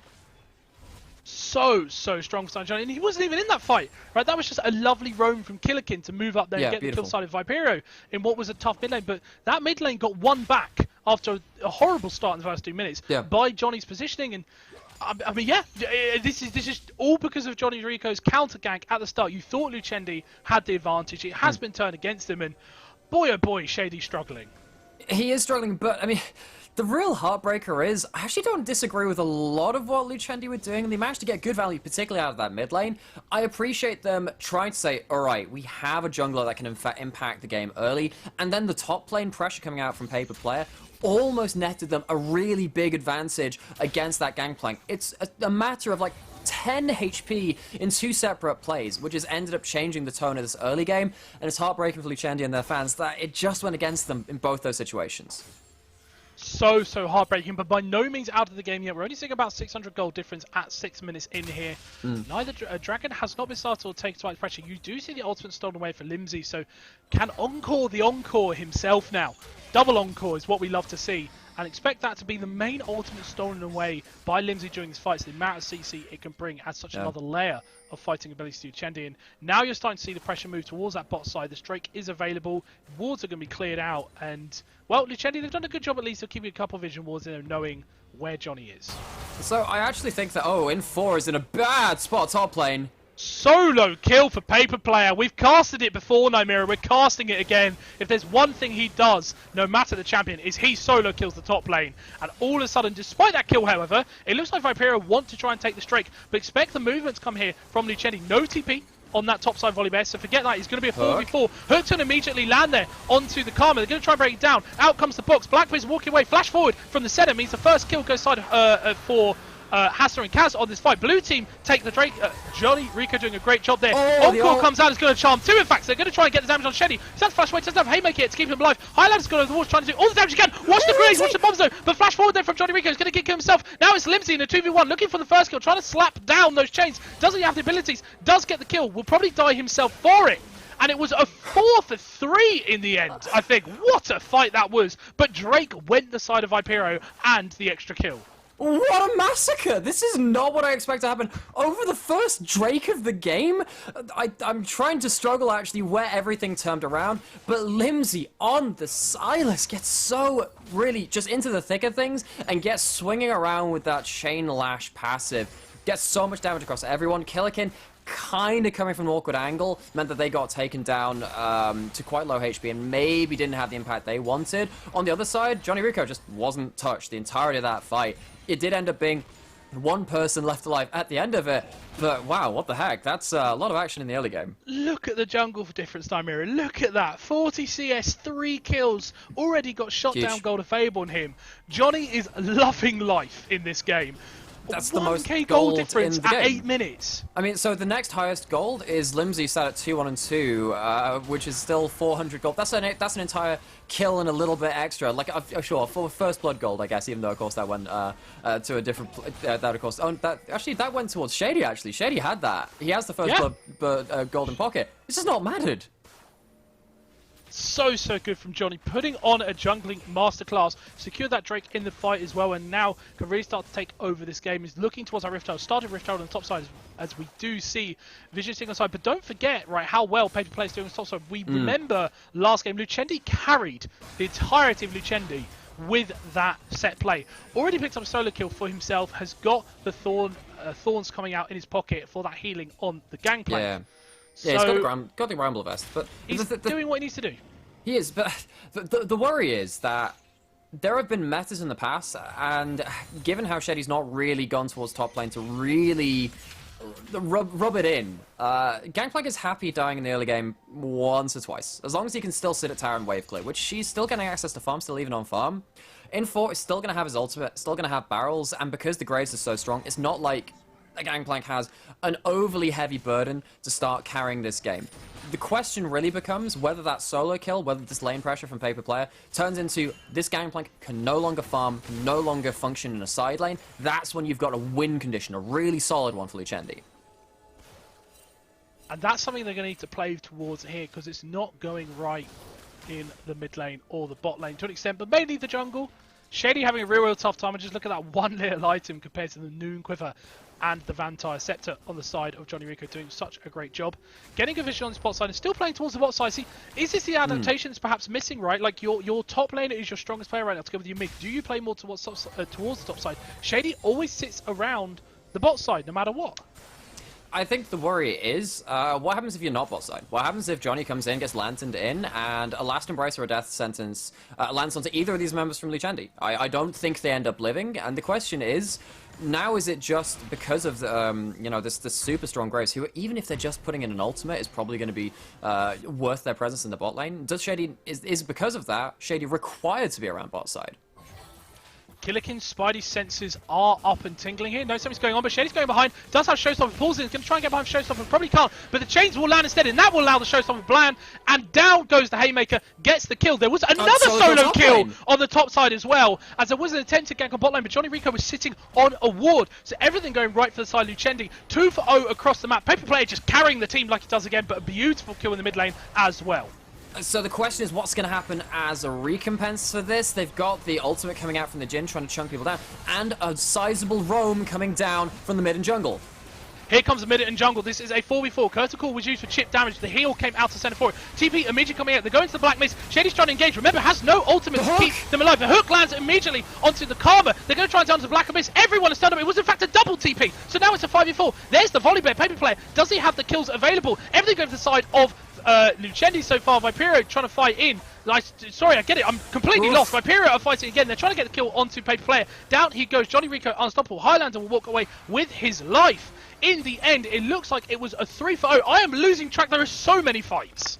There's so many. So we had the solo lane deaths for Viperio before this came out. Well, okay, they still have their globals, so when Lucendi head towards bot lane with the Silas, with the set, they don't end up cleaning up the fight quick enough. They don't kill someone to get a numbers advantage or at least set themselves rolling in that fight before the teleports come in. Killikin lands such a good encore from the Seraphine, not just the person in front of him it hits, it ends up running through to a second person too. Needs to be careful on the way back to lane though. Limsey's looking for a kill. Limsey is looking, wall goes down, Killikin, those spidey senses tingling yet again on the Seraphine. Will walk away on that lovely little music surfboard. Everything going the way there for the 5 Viperio. You know, there was a beautiful double TP came in there. I thought it was just single, but in fact Infor and Killikin both turn up. They make it a 5v5. And don't forget, you know, Paper Play, he's used his abilities already in that solo kill, and they may have been behind in that sense, but they just didn't have the ult. Yeah, they just didn't have the damage. And a great engage, I guess, from Viperio. You know, forced when they had just lost 2 people across the map. But now the terrifying thing is, you've got a mythic already from Johnny Rico. 504 amongst the highest CS numbers in the game too. Actually has more CS than the Senna right now. That's how many camps this Graves has had access to. I mean, Graves, if he has camps, just eats them right up. His first clear is not necessarily the fastest, but after that point, basically camps just don't exist when he's on the map. Shady has been trying as he might to stay even. Does have the chem tech now. Has the phase rush. The ability to get in and CC people is something you can't really deny Shady now. So if you do get on top of Killikin and you know, maybe Killikin's looking for an encore, well, Lucendi are looking to bottle him off stage and try and deny Seraphine one of those longer team fights they so love to have with the Moonstone. Shady is going to be still very key alongside Paper Player to get into that backline and land the CC for the rest of Lucendi to take down these key team fighting members. And you're right, those fights can go so long for the side of Viperio. Yes, you've got the Moonstone from Seraphine, but you've got the healing from Senna. You've got a shield bow from Graves to keep him alive. And in fact, now looking towards the bot side dive. Immediate hook into the box coming out the side of Kaz. Beautiful kill there for Blackface. Great hook from Hassa. This is what he loves to do on this chap. Now it's going to be a 3v1. Johnny Rico thinking about going with all. There are no walls here. Highlander knows something is up, wants to walk away. Hassa doing such a good job on this thresh. 8 assists already so far. I mean, there is a good reason this is most often banned, or in fact, sometimes first pick kind of, you know, Thresh is not the most valuable first pick in meta. It is when you got Hass on the team. Johnny going to feed the blue buff over to kill, or at least try to get the blue buff over to kill. It does end up giving it over. But Killikin sat now at a 2-level disadvantage, much like the top lane at N4, right? The XP advantage really going the way of Lucendi. The reason this game is remotely within sight is because, you know, like, you've got huge CS leads in mid and top, huge XP leads within mid and top. Viperio needs to be playing around this Graves, and Johnny, it's kind of like this is now, with great power comes with great responsibility. How are you going to bail out these solo laners, dude? It is very much a game of jungle and bot lane versus top and mid lane, as you say. How can he bail them out? Gangplank in for having a really tough time with topside. Paper Player absolutely taking control. And this is what he does, right? Like, when he gets going, he doesn't just get ahead. He pops, right? 2 solo kills this game already. Look like he's going to basically take this tower down himself. Yes, not before denying a wave to tower too. Just lets the minions die. I think he spent more time farming in front of the tier 1 than behind it. He does love to do that. And yes, he does well into Gangplank, but like, you know, 50 CS difference and 2 solo kills, doing everything he needs to do to keep Lucendi in it. I mean, I guess Viperio, they just forgot the one counter which you can never deny away from Paper Player. You just have to pick scissors. Pick Camille against Paper Player. That you wanted to? Yeah, no, I don't have anything else. That's what I got for you. But then, of course, you pick Rel for the Rock to go against. Wait, no, that beats scissors, and then you've got. Yeah, okay. So yeah, sure, cool. We're going to get into a triangle here of losses, but all of this combined, Viperio move into the top side. They do have that Rift Herald they are looking towards. They got the first Rift Herald, so looking to make it. They've actually taken all 3 objectives available on the map so far. 2 Drakes, 1 Rift Herald, now looking to make it 4 in a row. All of that translated to 2k gold in 16 minutes. Looks like it's going to be fairly uncontested here, Lucendi. They're just backing off in the mid lane. They're going to leave it. As Paper Player thinking about an edge. And the Triforce build for Volibear, that's something I think that's the Whippo special I remember seeing, where he starts to be able to flash forward and just take a chunk out of anyone and everyone. And he does have the ability to 1v5, because we saw it in the LEC, and if there's ever a time he needed that, perhaps it was this game. I mean, when you go towards Triforce, get something like a Starax later too, your ult really slaps. It's like a 250% AD scaling, and it's not really like you're going... I mean, maybe if you go towards something like Divine Sundry, you get a little bit more AD, you get like 40 as opposed to 25, but in this Volibear, with the continued procs of that Triforce coming through and being able to just, get that move speed and run down someone like a poor Gangplank, if they're ahead of the game and they can start diving turrets, that's when Gangplank really struggles, and Volibear becomes not just a threat to dive the backline in the fights, but becomes the side lane menace too. Watch the flank on the right-hand side there as that Rift Herald's going into the tower. They're using that as a distraction trying to hit Drake, but Shady, he snuck in. Watch this. Who can he showstop? Kaz walking forward. They're actually going to open up the Curse Call. They want to see where they are. The Paperplay's gone way too early. It's going to have to use the Thunderstorm to get out further away with the flash. That's everything going on for their side. The ultimate and the burns coming out. Kaz is on a sprinting spree. Immediately takes down one. Do you see the Volibear go down on the backside? Three-man Facebreaker does at least turn the fight somewhat, but probably not enough to turn the fight altogether. They do get Lindsay down as well. That'll be Shady going as well. It looks so good in terms of setup for Lucendi, but Paper Player actually getting a little bit too aggressive, dies as a result, and it costs the team 4-0. Third Drake looking towards that Dragon Soul. Vipero taking utter control of this game. And we can make as many like Whippo memes as we want on the Volibear. There is a 6, 0, and 7 Graves, digging some Graves in these team fights. Gets right on top of the Volibear, has to ult out, doesn't matter. The ult comes through with the Gangplank 2 from in4, and the burn from the challenging smite finally finishes off the kill. This Graves is nigh unstoppable. Ends that fight probably with more HP than they started with, just regenning off the very bodies of Lucendi, and now it's sold point at 18 minutes for Viperio. This is now their game to lose. They're in a position which is very dominant, even after these solo lane performances of Lucendi. So hard for this side. You can win your lane all you want, you can get solo kills all you want, but it comes down to the objectives and the team fighting so often at this level. And Vipero clearly have that leg up in those fights. 3 Drakes to their name, as we said. Ocean Soul now on the cards very early on, going to be available around the 22-minute mark. So really good opportunity for them to solidify the game. But actually, Killikin a little bit caught out here. Hex Flash coming over the wall there from Shady. Does have the showstoppers. Doesn't have the showstopper, in fact. So going to rely on the face break to get forward. Lindsay trying to follow forward himself, and Everfrost to slow down. But Killikin just walking away. Steals away from the charm. Looks to land it. Lovely flash away into the lantern. Killikin walks out alive. Great work from his side, but out of position in the first place, but we'll allow it when you escape that well. And does manage to have the discipline to hold on to the flash long enough. Understands that Limsey's coming through, steals the ultimate, at least now the hijack's down for the Silas. But Killikin, yeah, okay, maybe a little bit bold, pushing up. Haas comes back in time with the Thrush. Express gets them out of trouble. And Lucendi, they try and break open one of these side lanes. They fail, but now, of course, with that flash down on the notably immobile Seraphine, maybe that's an option now. And I do want to just turn slight attention to Kaz, because the whole time we've been talking, say, about Killikin on Seraphine and Johnny Rico just popping off on the Graves, but 4, 1, and 8 there on the center, that's Kaz. Got the Ginsus and the Kraken Slayer in the pocket. That is the 2 items you need to really start going. And I would love to see 38 souls, so it doesn't have too many souls to name, so it's going to be very much a build relying on the items as opposed to the souls. To be expected when you're not playing Fasting Center, but doing so well to get ahead. A lovely little 400 gold shutdown seeing on her. That center's strong. That Kaz is strong, and it cannot be ignored in fights as we see a TP bot lane.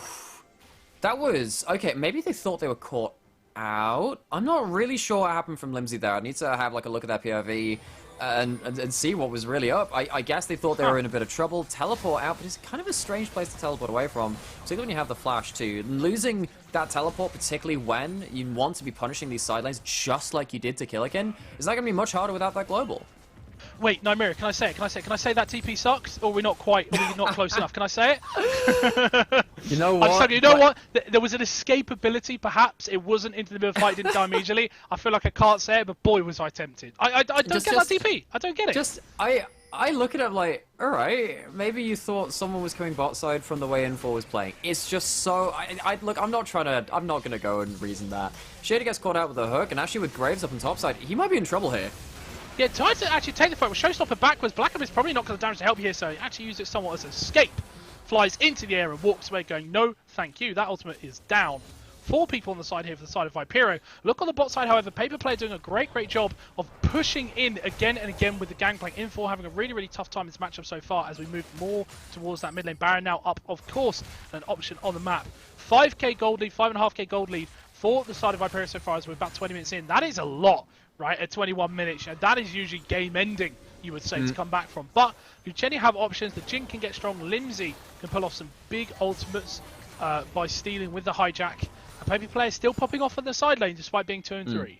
So, okay, so put it this way, right? You have a level 12 Gangplank. So that's your second level of your ultimate. You get that at level 11. That doesn't scale off of AD. Actually, it scales off of AP, so ironically, Sylas might have better Gangplank ultimates than Gangplank in terms of the damage you actually output, because it does scale on that AP. Your Seraphine, okay, they're down a bit in farm, haven't really managed to have a really dominant laning phase. Yeah, but they still have Moonstone, they still have Ardent Sense, they're heading towards a whole load of other items too. They've kind of reached the point where they're online in their teamfight ability. The people who need to be ahead from Vipero in terms of where is the gold lane situated, it's all on the Graves. It's on the center a bit too. Those are the 2 carries where if I was in the shoes of Lucendi, I'd be like, yeah, you really don't want them being ahead. Haas now getting caught out. Let's see if they can take that fight while Killikin's not quite there. Black Mist comes down to walk away. Look at what Kaz damage is doing in return. Shady trying to walk away. Does actually get stunned by the W. Cannon Barrage in the backside is going to make really awkward Shady. Paper Player? Kurtz calls out. Paper Player's going to flash immediately onto Kaz. Tries to stand him down, but the stopwatch comes out. That's going to keep him alive. The Charm comes out to try and distract Paper Player. Keep him bounced up and around. Kill onto Kaz. If he did not have that stopwatch, you have to think he was dead, and that was going to be Lucenzi's fight, but does a great job with that. Kill going for Vipero. Dragon is up in just about now. That's Dragon Soul, remember. And this is going to be uncontestable. But actually, Kaz goes down in the middle of all of that. Didn't see how that went down. So Jin's looking good. 44 now. No ADC. Trying to get in. Really good work from Hassan to spread that. This is Ocean Soul for their side. Shady trying to walk away really low. Flash away from Black Abyss as they try and follow. 4v4. No ADC for the side of Vipero. Does not matter. They walk away with everything they want. Yes, they drop a kill and a shutdown, but Dragon Soul was the name of the game, and they're already, perhaps, looking towards this Baron. Well, if the tides weren't already turning, while there's a whole ocean behind that incoming wavefront as Vipero secured the soul. And I guess the other thing about that fight, you think, oh wow, we just killed the center, that's really important.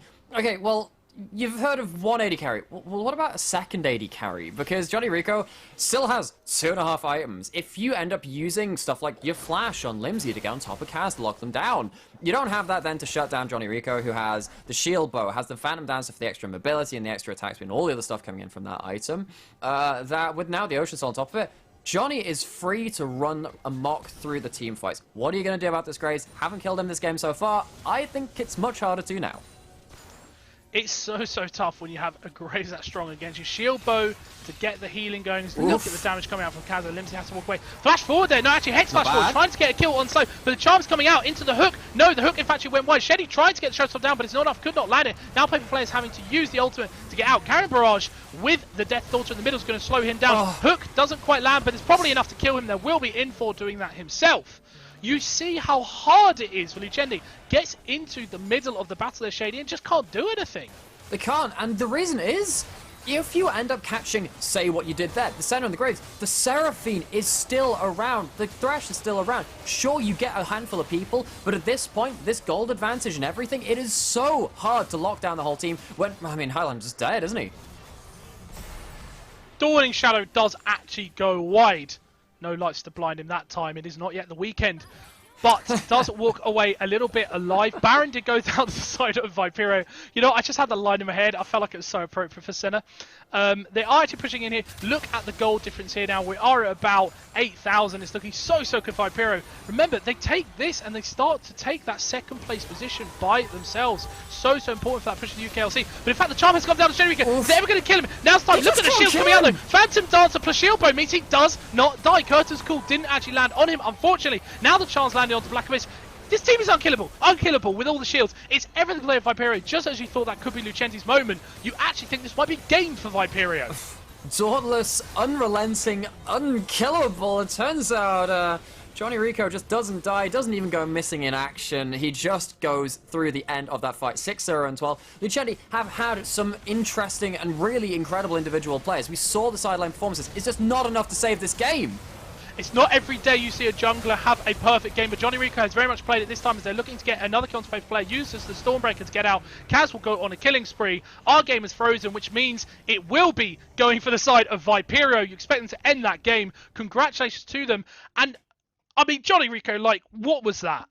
It's huge. Absolutely huge. That level 1 to set up the bot lane for so much success, where we know that occasionally when Kaz gets behind, can get a bit caught out. We saw even in that, well, in that mid lane break, got flashed onto by Limsey.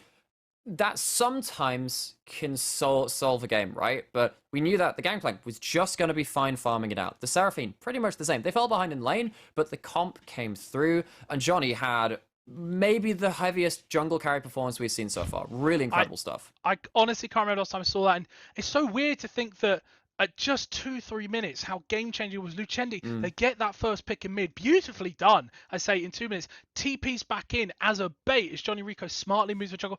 Like, just so clever, you know, for this level. And that stuff we've seen out of Johnny, he's a very, very smart player. To see a TP bait turn into a kill, which just snowballs that Graves and turns what was such a good start for Shady into everything going wrong for him. He's now 3 camps down and a kill. Yeah, Lucendi, tough in the jungle. It's tough because I love to see them pulling out the unorthodox. I love to see them kind of do kind of a bit of the VCS style of the region over in Vietnam, where sometimes you just throw all the cards on the table and say, let's have a fist fight. They really tried, and they got completely just socked in the mouth after that second kill came through. They really threw out some good punches, but I mean, this is what happens when you have a very coordinated team which has kind of found how all of its pieces move together from Viperia. It seems to be, you know, they really are vying for that second best team in the UKL. Let's see if they can rematch against Demise Academy and see if they can push that even further, you know? That will be the game for me to watch. 6 and 3 they move to. They now take control of that second spot. All coveted part of fighting for the UKLC promotion. Hive coming up a little bit later, sitting at 5 and 3, will be fighting for that. Meanwhile, Lucendi, they will drop to 4 and 5. They will be equal with London United, still sitting in a playoff spot, but perhaps their battle becomes more about 4th than 2nd. So really, really tough for them. But signs of life, and you know, I'm not even going to ask for a man of the match. I think we all know the answer. I think there was only one standout can add it. You know, you're welcome to argue against me, but I think we'll win that one. So perhaps I'm just instead going to immediately throw it out to Lucendi. Again, what do they perhaps need to find as a result of that game as that chance to take that leap into the higher part of playoffs?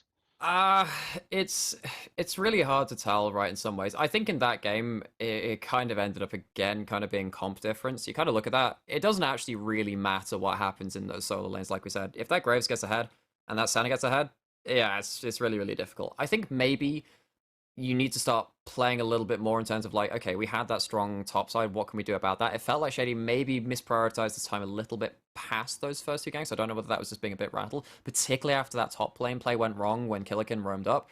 It seemed like they didn't really have a backup plan, which is kind of a shame because their first couple of plans were really exciting to watch and so nearly paid off. I think it's just making sure they're thinking on the fly, just a bit more continued after the first plays don't quite work out.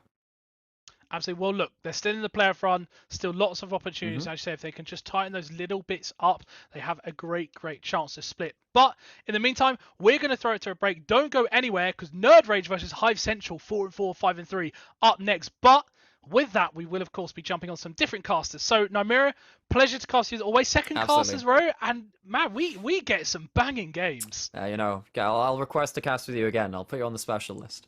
I love it. Well, don't go anywhere, folks. 2 down, 2 to go. Next up, No Rage Fights Hive Central. It's goodbye from us, and have fun and watch the rest of the game today. I'm going to go get some food.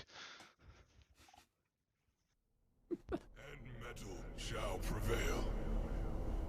For we know what they have done. 5 legends of our realm who sought to follow the path of their dark musings. But they did not know what they had summoned. Pentakill. To these creatures, there is but one thing left to do.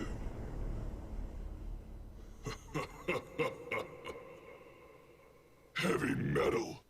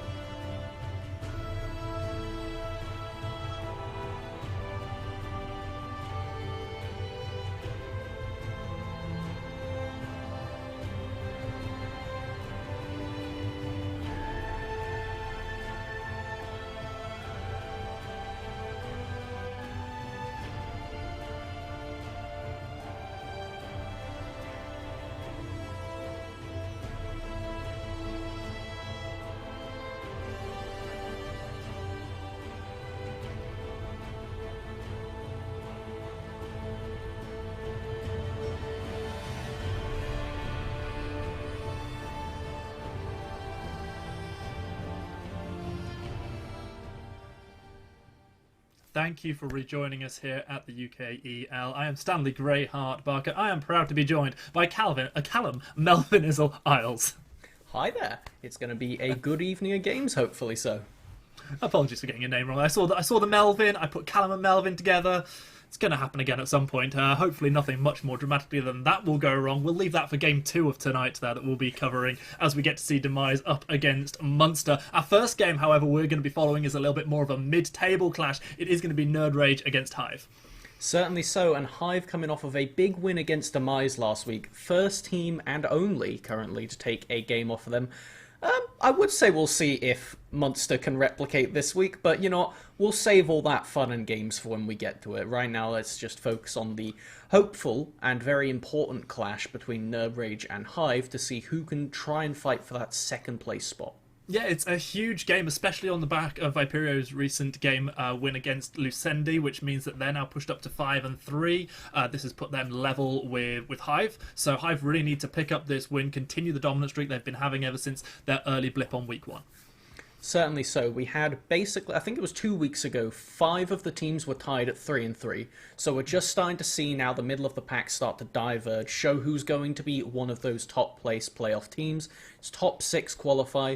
So right now you basically just don't want to be Munster, who is in a rough spot. It's not out of playoffs. Again, when you have 6 out of 8 going through, it's always possible. People can flip. We see that there's still teams down there with 3 wins. It is doable, but it's going to be quite the journey. Of course, we're going to be coming into Champ Select just as soon as we can. These two teams, they play somewhat different styles. You were explaining to me earlier where you were expecting some of the priority to be put into.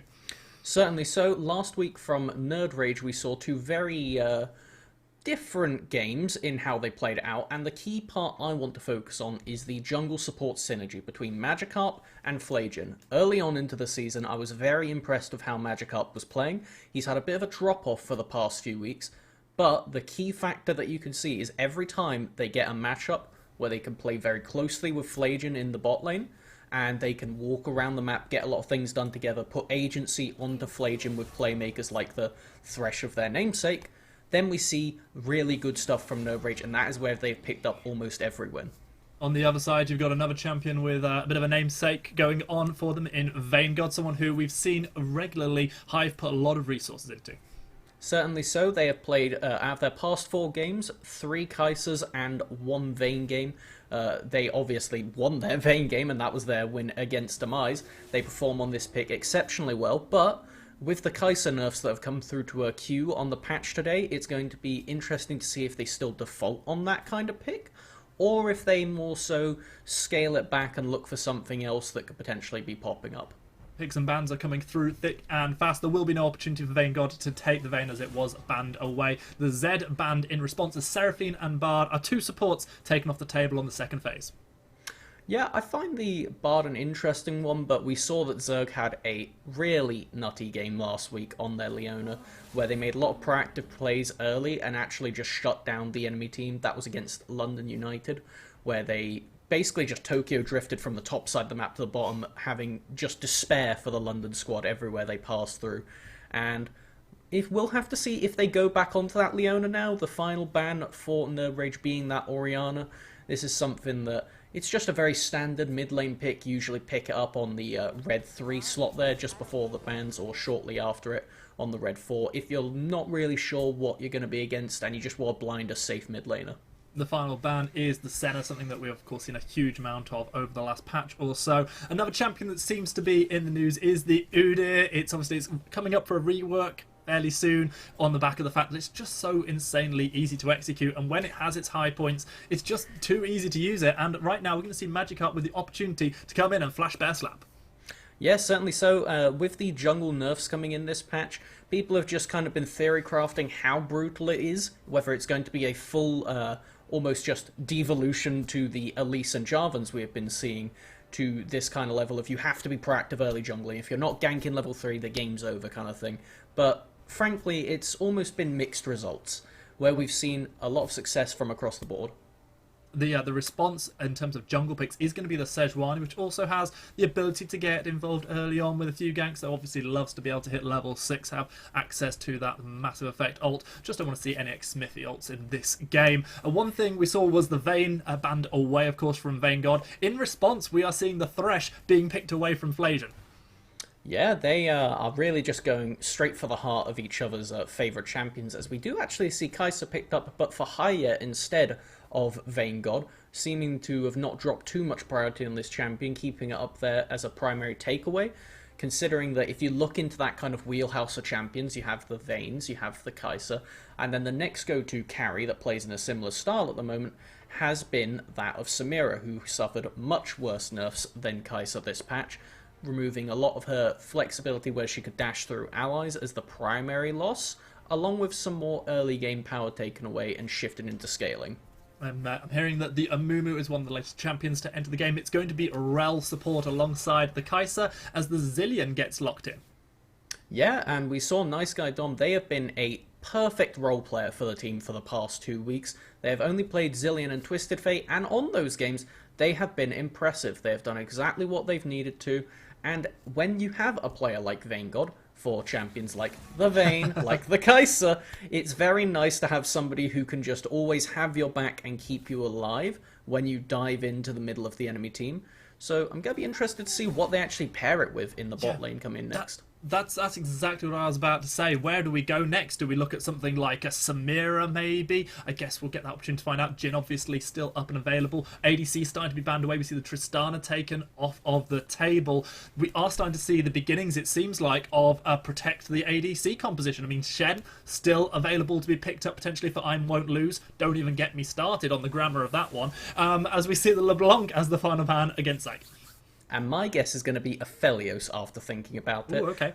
Loves the Thresh as a partner. Does quite nicely into Kai'Sa and these kind of lanes. We'll have to see if it does get banned here, because when you're against somebody who is Vayne God and has a lot of agency on the team, you want to take away champions that give them their primary shift, and actually opting for the Kalista, a much more early game option. So we'll have to see what they opt for here. I imagine it will be the ADC lock-in. 3 ADC bans against Vayne God. They had the opportunity to lock in a top laner. Obviously, it will allow the second counter pick potential to come through.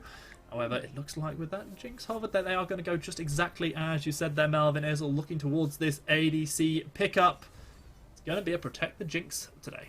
Yeah, going full hyper carry with it. Jinx did receive the almost just rescinded the nerfs they paired with her buffs on the previous patch, exactly. where it was just the case of, oh, we don't want to over-buff Jinx, it could be ridiculous, and then they realised that it wasn't actually much of a buff because we did the paired nerf, so now they're going to be in a pretty insane spot, being very long distance, and against something like a Twisted Fate, yes, point-and-click CC is good, but when you can have permanent rocket uptime with increased range, and you have Zillion movement speed, it's going to be kind of tough for the point-and-click CC of Nerd Rage to actually access that carry. I think partly because the champion's been out of competitive play for so long, and partly because the nerfs weren't really... Sorry, the buffs weren't enough to counterbalance the nerfs, just exactly as you were saying there, Callum. I'm not really that familiar with how the Jinx build works out at the moment. Is it another Gale Force ADC at the moment? I've primarily seen Gale Force and Kraken Slayer between the two. I haven't seen any Immortal Shield Bow Jinx. When it comes to just the stats you get from Mythic passives, movement speed and attack speed respectively just make more sense than the health and the AD. This game, I expect to see one of those two items. I would guess towards that of the Kraken Slayer, just because you have so much innate protection in your team itself.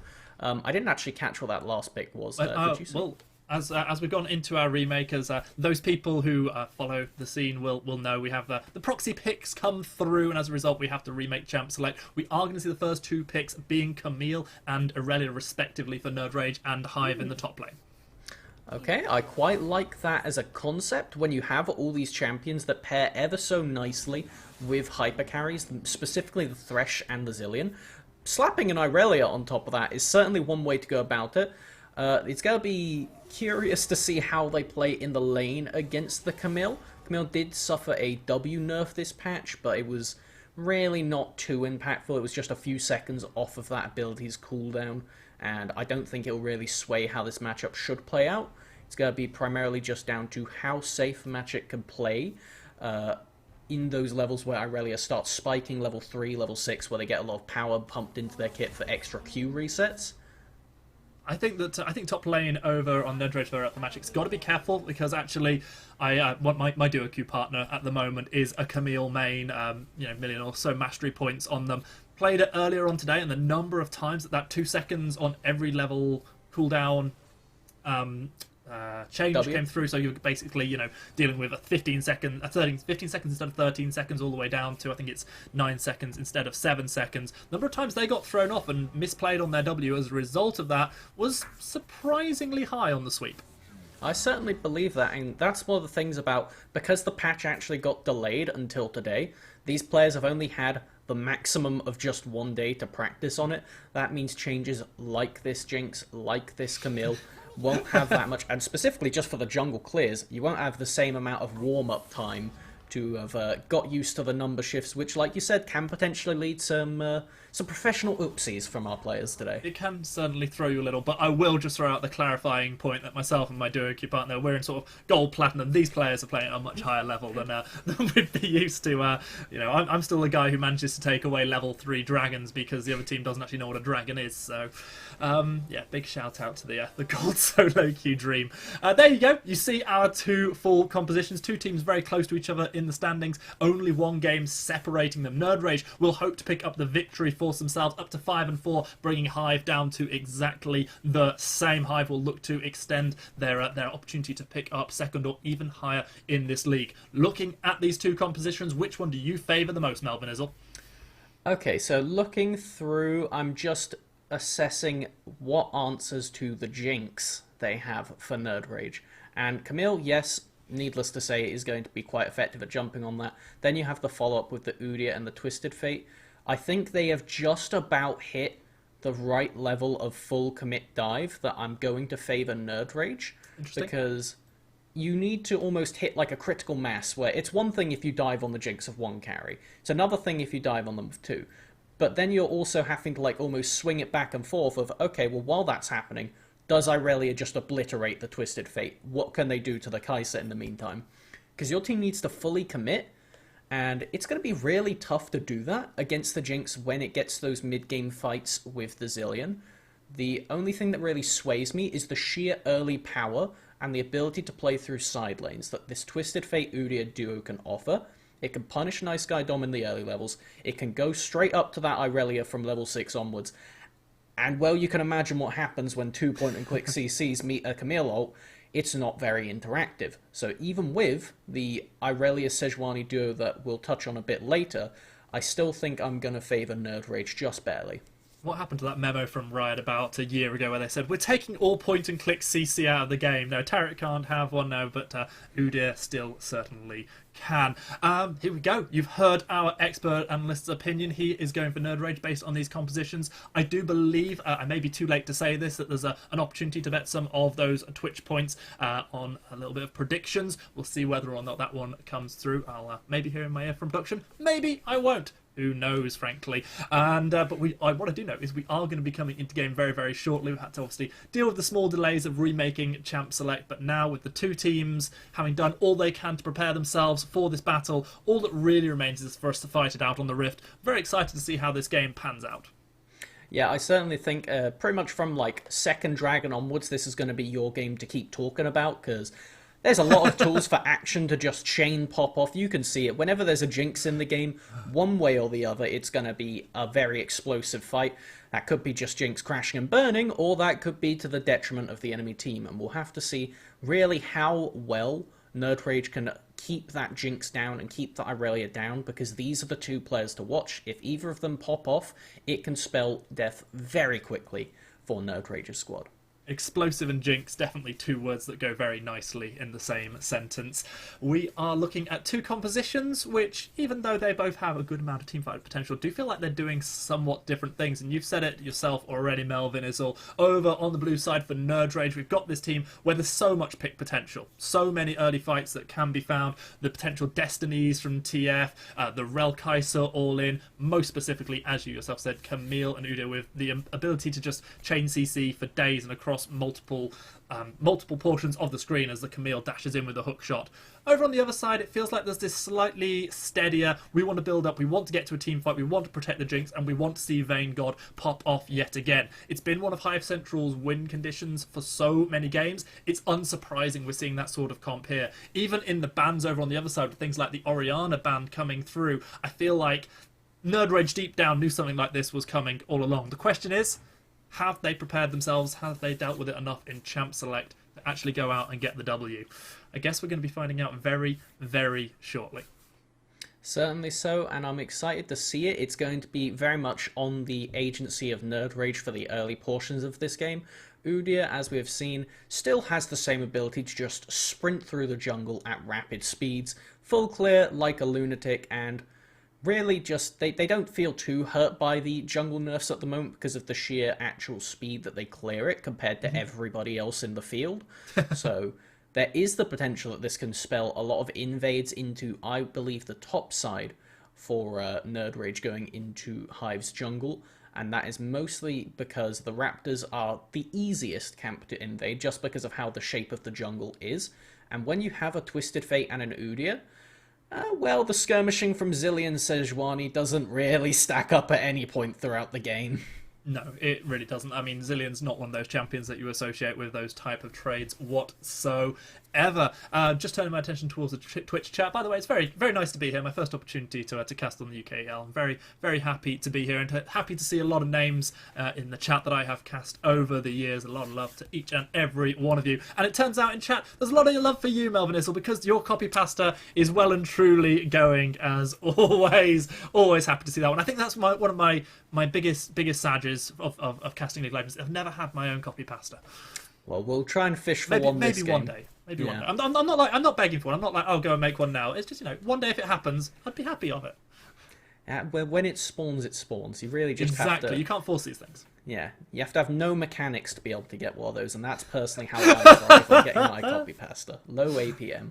I mean, your Ivan was actually one of the first things I ever had the opportunity to cast. So, yeah, still... takes me back, that one does. Every time I see an Ivan pick, I think I reference you on whatever cast it is, even if it's like LJL or something like that.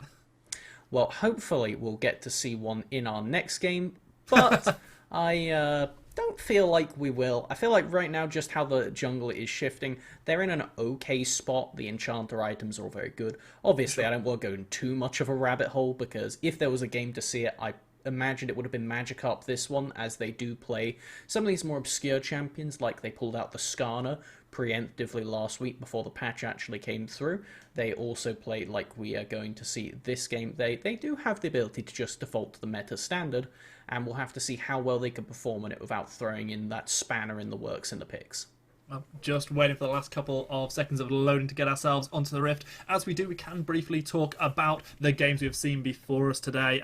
We saw London United falling to defeat, I believe, against... I had it written down and then I turned over my notes page. So no, they lost that one. Apologies for forgetting the name of the team that won it. Viperio then beat Lucendi, and now we're going to get to see Nerd Rage against Hive. Our last game of the day, it is Table Leaders Demise up against not such table leaders Munster. That itself has the potential to be quite an arresting game. If you turn it upside down, they're table leaders, alright. Both ends of the spectrum we have next game, but for the moment we do manage to head finally into game for this one now. We do indeed, and already we can see that Nerd Rage are looking for this early pick, grouping up as 5. Perhaps they can be able to find Vayne God early. And they certainly need it, but even if they do, notice now, straight away, double cleanse from the mid and bot laner for Hive. This is really important, and will get Vayne God out of this invade. Flacian obviously not playing on the Thresh, but is going to be able to crash down straight on top of Vayne God, who burned the cleanse, but still goes down for first blood. It's picked up by here. I mean, if you let the rel hit you, then no, you're not getting out, but now I feel bad for saying it in the first place. That is a deceptively long knock-up on the rel crash down, that it looks like it's landed, it looks like it's hit, it does put down the big marker on the floor, and then she just drifts for a few more seconds with our quickest first blood of the UKEL split at 52 seconds. What a record. The only plus that I can see for Hive here is the fact they did manage to get a little bit of vision here on the blue buff of Nerd Rage. However, Udyr, with that Oracle already picked up, is going to be able to sweep this one away. There will be a little awareness of where the jungler is starting, but not a huge amount of where he's going after. Certainly so, and this is very standard from what we see from Udyr. They start with the Tiger stance just because of the insane Q speed clear when they go through the jungle with that first, just a lot of extra burn and physical damage on the camps. Then they go into double Phoenix and pivot straight into full clear bot, and they will be done in time for the crab. Just one on the other hand, not. Oh, sorry. Please. No, go ahead.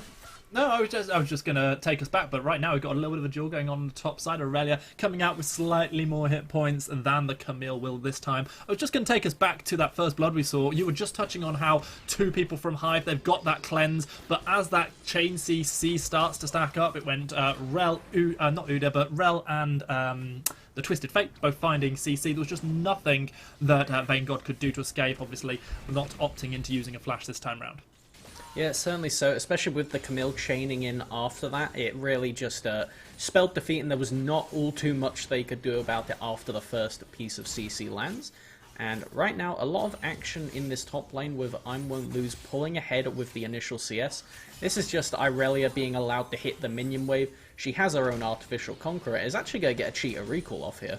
That's pretty much ideal for the Aurelia. We did see Camille early on able to pick up an early level 2 on the back of clearing out that ward that we saw in the blue pit. However, there is now that disadvantage, but going to pick up most of that CS that falls under turret. Meanwhile, bot lane, it's trading fairly even so far, still waiting on those first death sentences to start coming through. Yeah, and we do have Magikarp in the area, so they're going to look to start this off. Flageon's still flash available, but the ward from Hive spots it out. They shouldn't be able to get caught out here, and looks like they will not. Just going to be interesting to see if they keep playing around it, or if they maybe zone out for a minute and let Magikarp walk down. I imagine they're just going to go for the happy double scuttle that... Actually, I think we're going to see a scuffle over there of Irelia having priority and coming down straight to it. Yeah, we obviously saw Zyke have a good amount of prio to make sure that bot lane scuttle came down, but it's not going to be quite so easy for Magikarp to take away the top side scuttle, as we see Wilhelm already picking this one up. The question is, will a smite come through? No, it will not. Wilhelm able to stop the double scuttle this time round. And critically, we saw Magikarp just barely step out of the bush to try and get in smite range. That gives information over to Hive's bottom lane, lets them know, okay, we're safe to play right now. We're under literally zero threat outside of a teleport, so we can play this pretty confidently in the lane at the moment. Also lets Wilhelm know in the jungle, okay, well, if Udyr pathed up from that way, they're going to go and just do a very standard Udyr clear. And it should mean that there won't be any real threat onto any of the Hive lanes for the next 2 minutes, especially with them stepping over this ward here. Yeah, Magikarp gets spotted out. We do see the stun coming through, traded back as Matek tries to put some of the damage onto ImWon'tLose, but Wilhelm is charging down the opposition. The 2v2 still brewing. Neither of these two teams wants to take more than a brief scuttle. Or scuffle, or not a scuttle. I think they were both a joyous scuttle, but what we saw right there was yes. Magikarp just trying to unlock the wave, because if they don't help Magic there unfreeze it, then Irelia is just going to be able to stand in front of their turret and bully Camille off of the minions and build up an XP lead. It looks like they are going to get the crash, allied jungler in the way, but the range minions didn't go into the turrets. Actually, this could be pretty unfortunate for the Camille, who is laning at disadvantage right now. Definitely. I mean, hugely down on CS, and as you say, this is frozen in pretty much the perfect place for the Aurelia right now. Meanwhile, in mid lane, small CS advantage being built up for Zyke. Obviously, we look towards level 6 as we see the Twisted Fate start to shove out more, start to look for some of those Destiny Gates. And that is action in the top lane right now. I believe this is going to be a solo kill based on HP, but no, they do manage to get out of range. No summoners burnt, but Matek is going to be stuck for answers right now. We'll have to see if ImWon'tLose hard shoves this and forces a teleport out, which would mean that they do not have it available on the Camille ahead of the first dragon.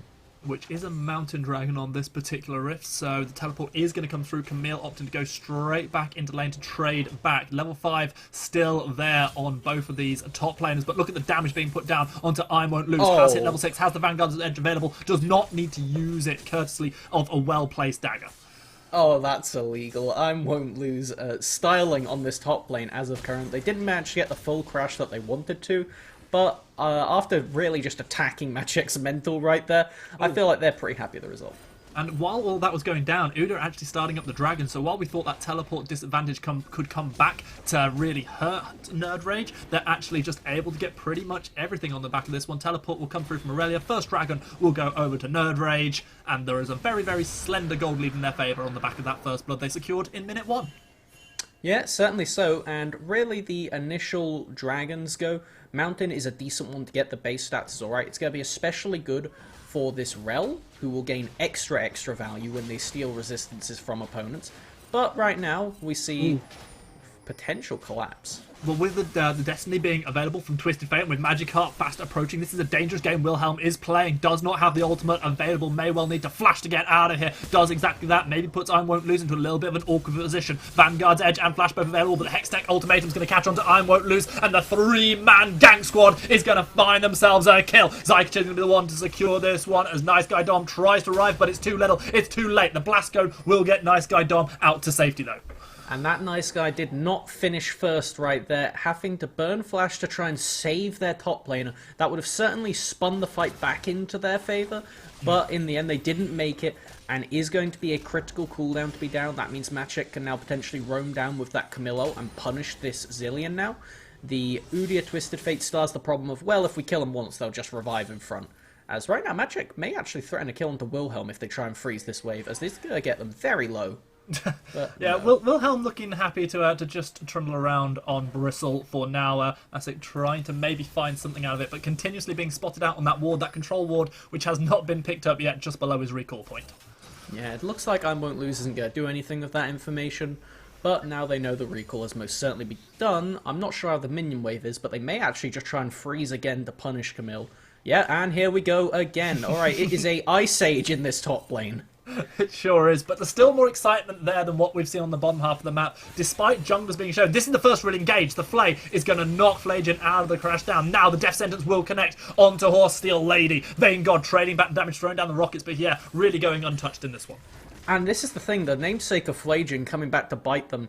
We saw Alistair as the primary answer to Rel for the longest time, but now Thresh is being picked up as just a better overall support with more options. The fact that they can reactively stop the crash down basically negates almost all of Rel's effectiveness. You have to then follow that up with a Flash Magnet Storm to get the chain CC onto the enemy if Thresh is ever there. So really nice play from Zerg right there. They haven't been getting that much map access right now, but they haven't needed to. They're doing just fine in this lane. Stun going to connect on to TF, who tries to trade back but misses out with the wild cards. Nice Guy Dom trying to make sure they get as much of the CS as possible to get themselves even in CS with Twisted Fate, who's just slightly ahead at the moment. I think that's going to work out pretty perfectly with well-placed double bombs. Certainly so, and we can see the jungle CS gap is starting to really show up. This is the point where we expected it, where now Udyr is just insta-clearing the jungle on spawn, and Wilhelm is starting to slow down a bit relatively. The Sejuani not able to keep up as much so. Now, I want to see, with Flajian up here, them take this Rift Herald and then use it to either just put more money onto the Kai'Sa, or unlock this Camille from the lane and try and help them catch back up. Because if they're behind in the side lane, this Irelia is going to be beyond a nuisance for you. Both ADCs staying on the bottom half of the map, but everybody else could be involved in a fracas around the Rift Herald. As you can see, the second eye has already been hit. Herald is going to be down to half health, and it does look, yet again, like Hive are just happy to give this objective over. Yeah, and we see there's not even a contest from Wilhelm, no flash available. If they're going in that pit, without a good placed lantern from Zerg, they're not getting back out. So, opting to just leave that over. Nothing of substance really blown. As far as just taking stock of the map, we see that Nice Guy Dom actually does have a teleport available. That is something that they could use with their spellbook, potentially, to see if they want to just make a play on the bot side, or, better, counteract the Twisted Fate ultimate that is likely to come through, if we ever see an actual proactive play. We may well see it now. It's going to be Mantic deciding to try and step away. However, it feels like Udyr might be wishing they had done the same. Teleport will be coming down. Zillion is joining the fight. Here comes a counter teleport, as it's going to be the gold card Twisted Fate. It's going to be Mantic staying alive by inches. Nice Guy Dom finding that kill. He won't lose. Gets caught out by the wild cards, but getting revived by Zillion. Nice Guy Dom doing great work this time, able to help out his top laner. And that Twisted Fate card really came in at the sliver edge of the Zillion ult. I really thought that was actually just going to be a return kill onto I Won't Lose there. Must have been within a second of it ending as the cleanse is blown onto higher. 300 gold now, the difference on the back of that kill. Second dragon of the game spawning in 10 seconds time. It will be a Cloud Dragon, which means we're seeing either Infernal or Ocean Rift this time round, Callum. And with the entire Hive roster getting to reset right there and Twisted Fate still in the top lane pushing out that wave, I expect this dragon to go Hive's way if they want to take it. It is really just down to if they feel like they want to go for that or just get Vanguard a free reset. And it's already been started up, so it looks like that's going to be the commit from the team. It is going to be started up indeed. As you look down towards the bottom half of your screen, you can see there are a couple of key numbers in favour of Hive despite the gold discrepancy that they are dealing with at the moment. They've got a 30 CS advantage on the top side of the map. They've got a 10 CS advantage on their ADC. Problem is that they can see their jungler falling massively behind, as you predicted they would with this clear from the Udyr. The Udyr that has now started up this Cloud Dragon. This could still well be contested because Hive are lurking in the wings, but yet again they decide discretion is the better part of valour as they back off. Certainly so, and really they just wanted an extra reset on the Jinx before them. We can see that Kai'Sa managed to get a lot more on their most recent base, and Vanguard has kind of just been in lane for a bit longer. When there was that Rift Herald contest, we saw Haya manage to get back to base for a little bit, whereas Vanguard opted for just taking more solo gold in the lane.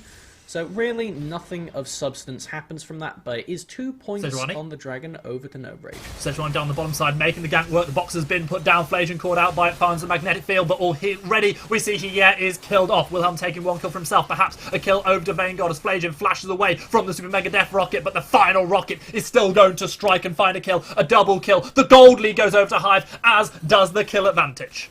And just the spite right there from Flavian trying to not give the kill over to Vanguard still ends up happening, as now Wilhelm is enabled to try and invade here, but against the Udyr, you do nothing as Sejuani. This is just going to be, well, like the most essence of a wet fish just getting slapped against them. There's nothing that can be done, and Magikarp is going to collect the entirety of this bot lane farm for himself, further increasing the gold lead in the jungle. While you were talking about that minor fray between Wilhelm and Magikarp, a solo kill went down in top lane. I Won't Lose turning that 40 CS advantage into a solo kill against the Camille. And you know what? This is going to be really troublesome for Nerd Rage, as they need to have Camille and Twisted Fate able to side lane later on, because they will not be able to fight in the straight up 5v5 remotely as easily or well as Hive will be. It's really just an ease of execution for Nerd Rage early, but as the game goes on, Hive are happier and happier. Yeah, it's definitely that being true. You talked earlier on about the way you like the composition from Nerd Rage, their ability to find picks. Right now, those picks are not working out in their favour. The last few kills, we've seen every single one of them go over to Hive. That scaling, protect the ADC comp starting to come online. Aurelia being the side lane threat that they are as well. I have to say, loving that pick. I was kind of hoping for something like a Shen to really round out the composition. But yeah, right now, the Aurelias are proving to be a mighty useful force. Certainly, the dual threat really showing up bigger than just opting into all the money on Vanguard, and something we haven't really got to talk about is the actual synergy between Irelia and Sejuani. We got to see it a little bit in that most recent top lane skirmish, where we saw the big 3v3 happen and they did manage to pick up a 1-0, where Irelia rapidly stacks up the Sejuani passive, where just because of how many Qs they could get and each of them applying an auto attack, along with just the innate attack speed that the champion gets, they are able to almost instantly set up for a stun, which means that you either then have to flash out of the Sejuani's range, or you are just going to get stunned with an Irelia on near on 1.5 attacks per second, beating you down, and that is not something anybody wants. Of course, on the bottom of the half of the map, things don't stack up quite so quickly for the Sejuani, because the Thresh still counted as a ranged champion. Yeah, certainly so, which is likely why we've seen a fair bit more attention from the Sejuani. We've had the issues we're having with the players resolved now, and we are back into it as we see I Won't Lose getting their happy reset on their, 40 CS and a kill and assist up on the enemy laner. Is rather scary, and there is some turret plating on top of that as well. As I'm sure you've noticed, we've had a couple of pauses, a couple of disconnect issues, hoping that's something that's not going to affect Hive too detrimentally, though I'm sure Nerd Rage are probably hoping the opposite. Yeah, certainly so, but as we see here, just a standard trade coming out in the middle lane. Nothing too much of substance, but Magikarp actually just dropping this Rift Herald down top. This is, when you see a Rift Herald like this, it usually means either the team's plan got interrupted, presumably by Magic dying in the 1v1 against Irelia, or they were just not conscious of when the Rift Herald was going to expire. And really nice job from Zerg that actually is going to stop it even getting anything, not even just minor damage onto this top lane turret. Yeah, no flame meant at all, but everything was wrong about that Herald drop. It was outside of turret plating, timing. It doesn't manage to even make its first crash, but there might be a turnaround on the back of it as Vanguard gets caught out by the Hextech ultimatum, gets absolutely obliterated, except they don't. They live until the last set of wildcards connect, making it a 3v3. Masiak flashing away from Wilhelm, but eventually getting shut down as Nice Guy Dom finds that kill. I Won't Lose joins the fight, tries to find the precision protocol, but unable to do so, except that's a Camille move, so they probably didn't try and do that. And Zyke right there, I know they're a Z player, but right now they're playing like a Xerath with these wildcards at max range. Really good stuff right there. That play Are you saying scripting confirmed? Well, you know, wrong season for that to be as commonplace, but that could have gone so badly for Nerd Rage. If it just turns into a 0-for-1 and everybody gets out just swell and fine on the Hive squad, well, you know, the game is pretty much close to, like, getting to that doomed point where it's only because now the Irelia and the Camille both have one completed item. You could still attempt to take fights, but Irelia does so much more with that Bork than Camille does with just the raw Triforce now. It's not the same level of instant power that you could see from a lot. It's more of a scaling item, similar to the Kraken Slayer. When the mythic item has attack speed, you get a lot more value as you start to stack up multiple pieces. It's now like a 2-item spike where you really see the raw power of Camille come out again. Whereas Irelia, well, I feel like we're seeing a freeze potentially come on here, as they are not hitting these minions. Melvin, of course, one potentially helpful win condition for Nerd Rage could be trying to get towards the Ocean Soul, as we see a huge amount of damage being poured down by Irelia, who just finds a solo kill.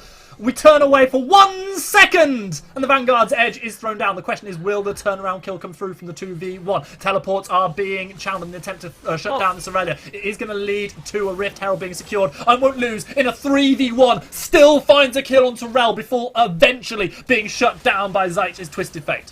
And I don't know if their Conqueror have worn out, but the passive certainly hadn't in that case, because they just turn around and beat up the 2 CC tanks that are just trying to rip through them.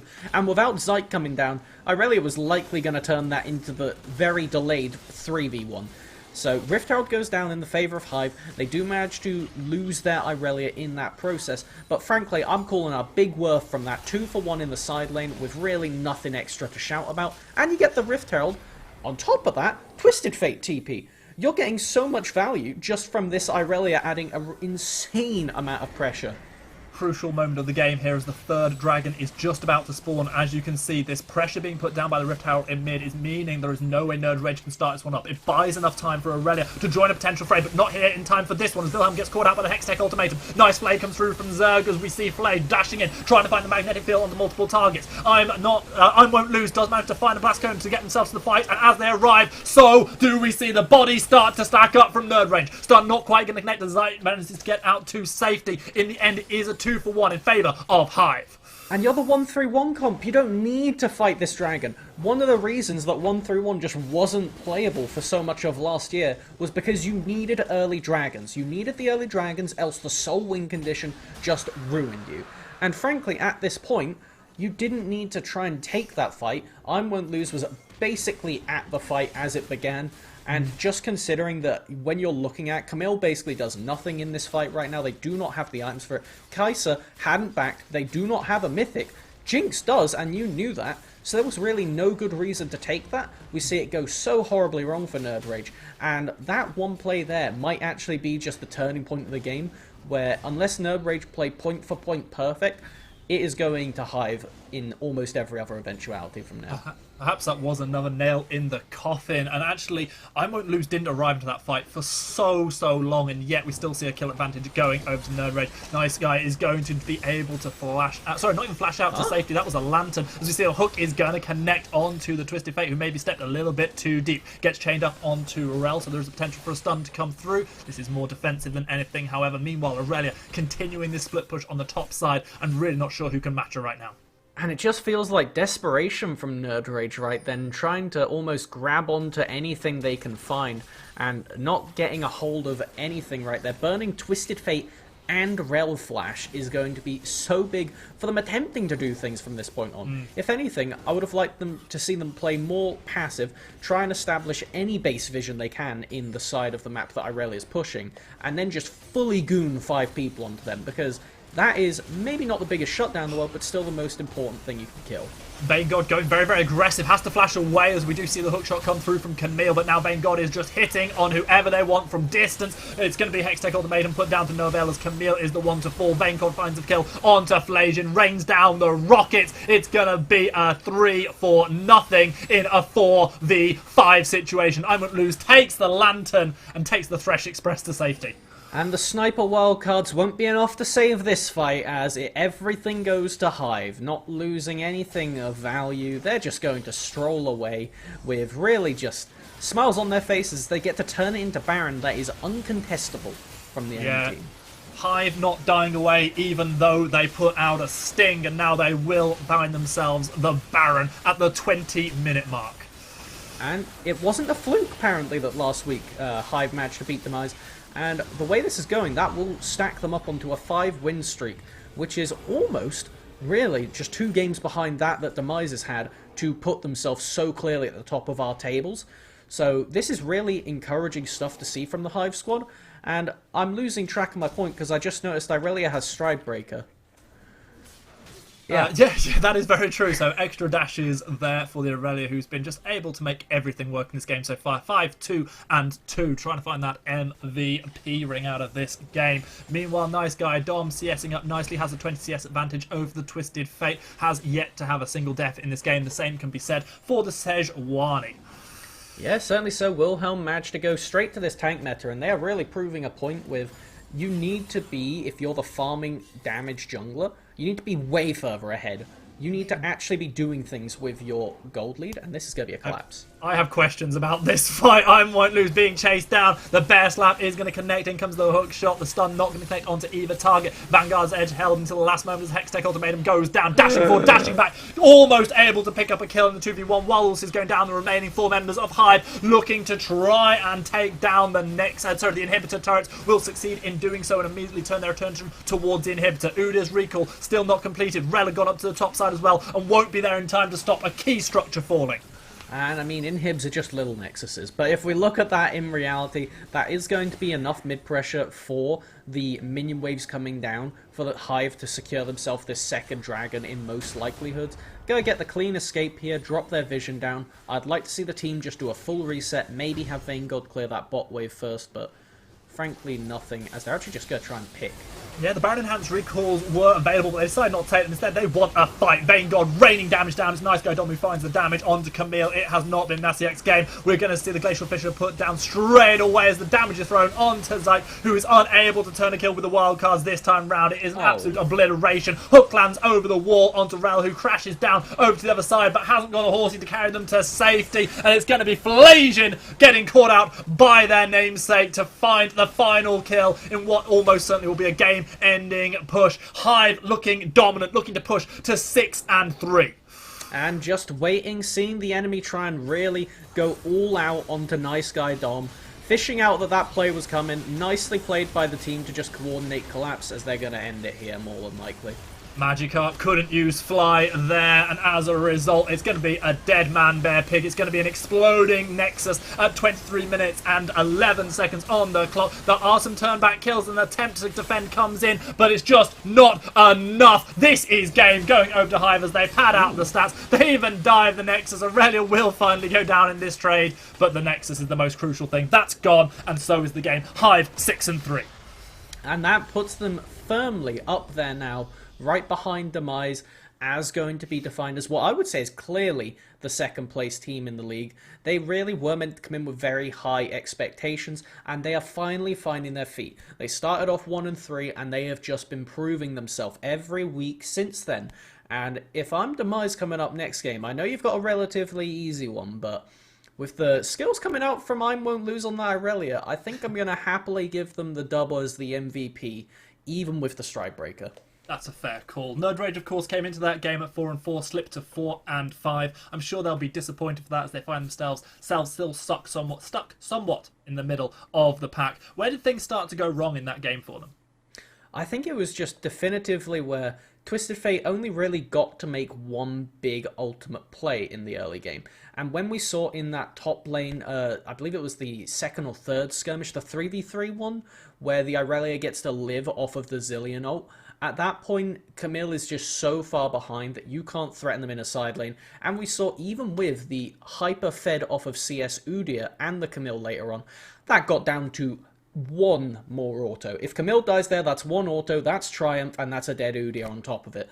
So I Won't Lose really popping off this game, and just the sheer laning dominance and the fact they weren't bailed out on the other side. Machek did not get the support they needed from Magikarp. They tried to unlock the lane early on, but just the constant freezing. It was really nice, just sheer fundamentals punishing a winning matchup. And really, it was just the fact that they didn't stop the Irelia, so Vayne got to just exist and then do their thing later on. Maybe, just maybe, the nerf to Camille Sweep, that longer cooldown, was one of the things that hurt that top lane matchup. We're going to go on cooldown too for a moment as we take ourselves a small break, but we'll be back very shortly with Munster against Demise.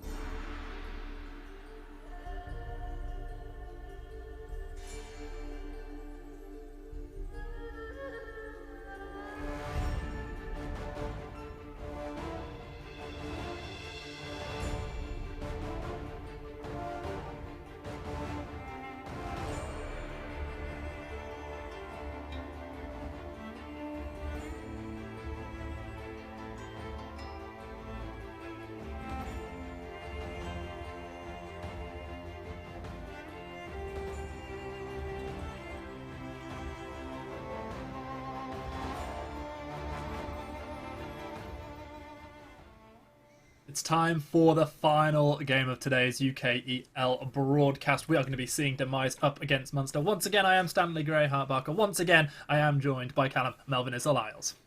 That is, in fact, how it is going to be. And for this last game of the day, we have a video game for you. Like said, Demise and Munster, both ends of the standings, 7-1 meets 1-7, perfectly together. We have an 8-8 game.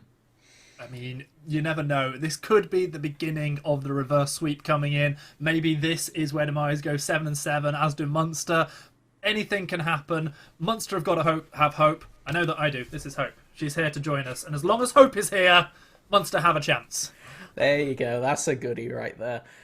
Well, I believe in Munster for this game. We've got to see it. We have Demise come off of their first loss of this season against Hive last week, like we talked about.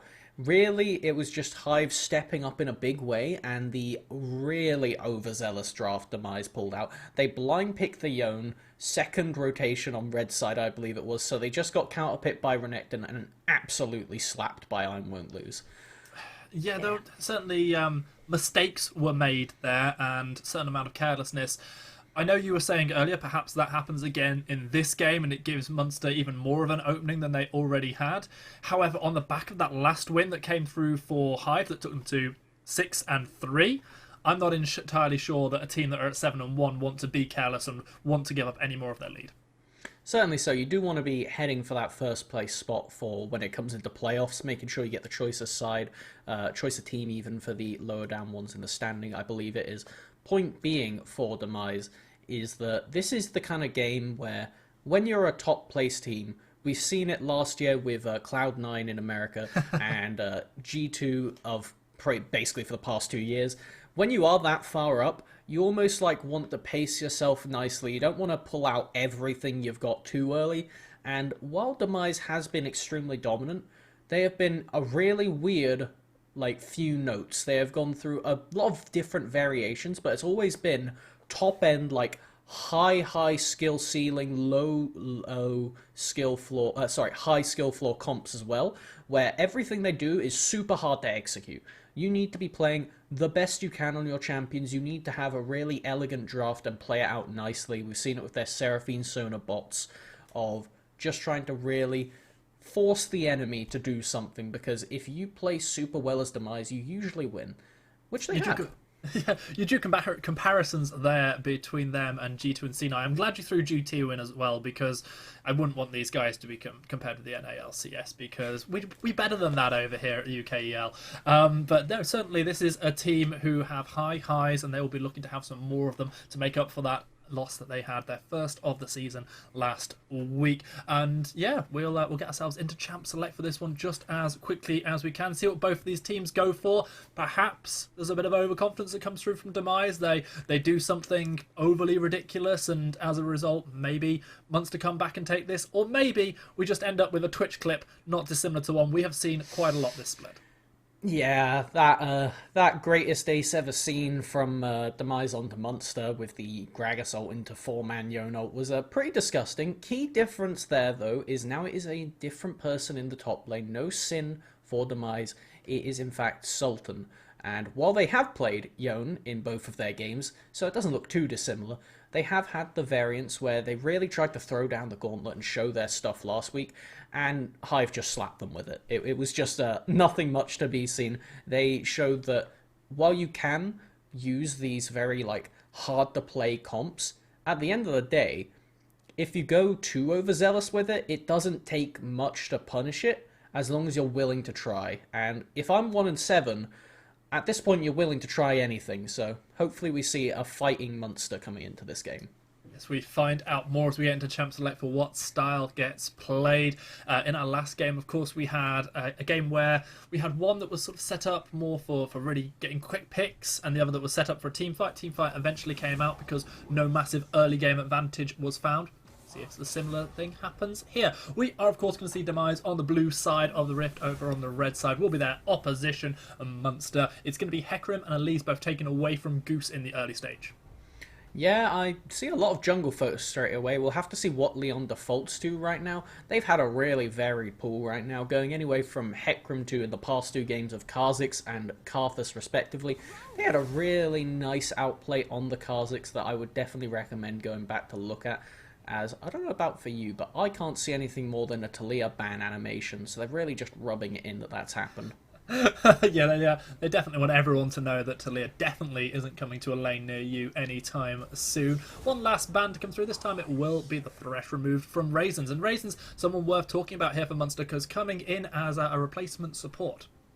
Yeah, certainly so, and this is something that you can really, everybody has the expectation that this is going to be a demise game, so you might as well try out new talent now. If you're going to do it, it might as well be in a game where everybody already considers it to be a foregone conclusion, as that Seraphine does hit the ban bench. We won't see the full silliness from the demise bot lane that we've had a couple too many times now. Raisins may not be able to get their hands on their Thresh in this game, but they're certainly a player with a huge amount of pedigree on the UK scene. I think this is my first opportunity to cast them since back on the Insomnia main stage, actually, in one of the finals there. So see, maybe they bring something new to Munster that really helps them to start turning things around. Looks like they might be playing an Alistar in this game. That'll be in response to Leon on the Udyr. We saw what Udyr could do in the last game, even though it didn't do it exactly to great effect. Yeah, Udyr is still able to power farm the jungle and do the standard point and click ganking that you expect.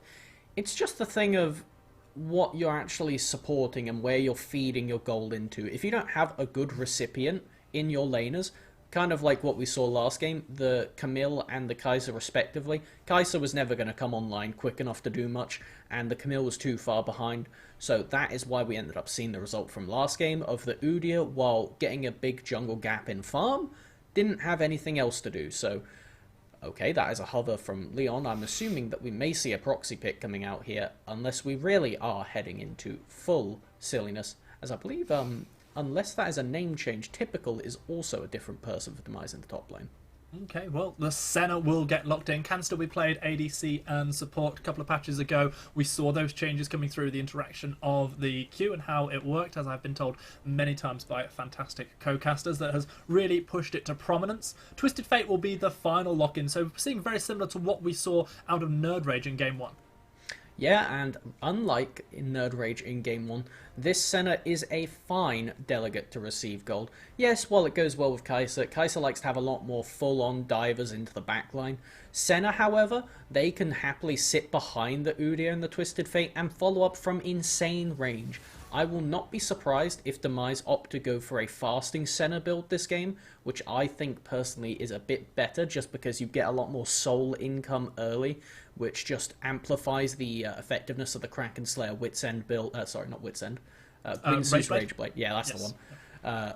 Which just ramps up the extra on-hit on that so much faster, giving a ridiculous amount of effective range that will certainly outrange Victor and Graves if given the opportunity.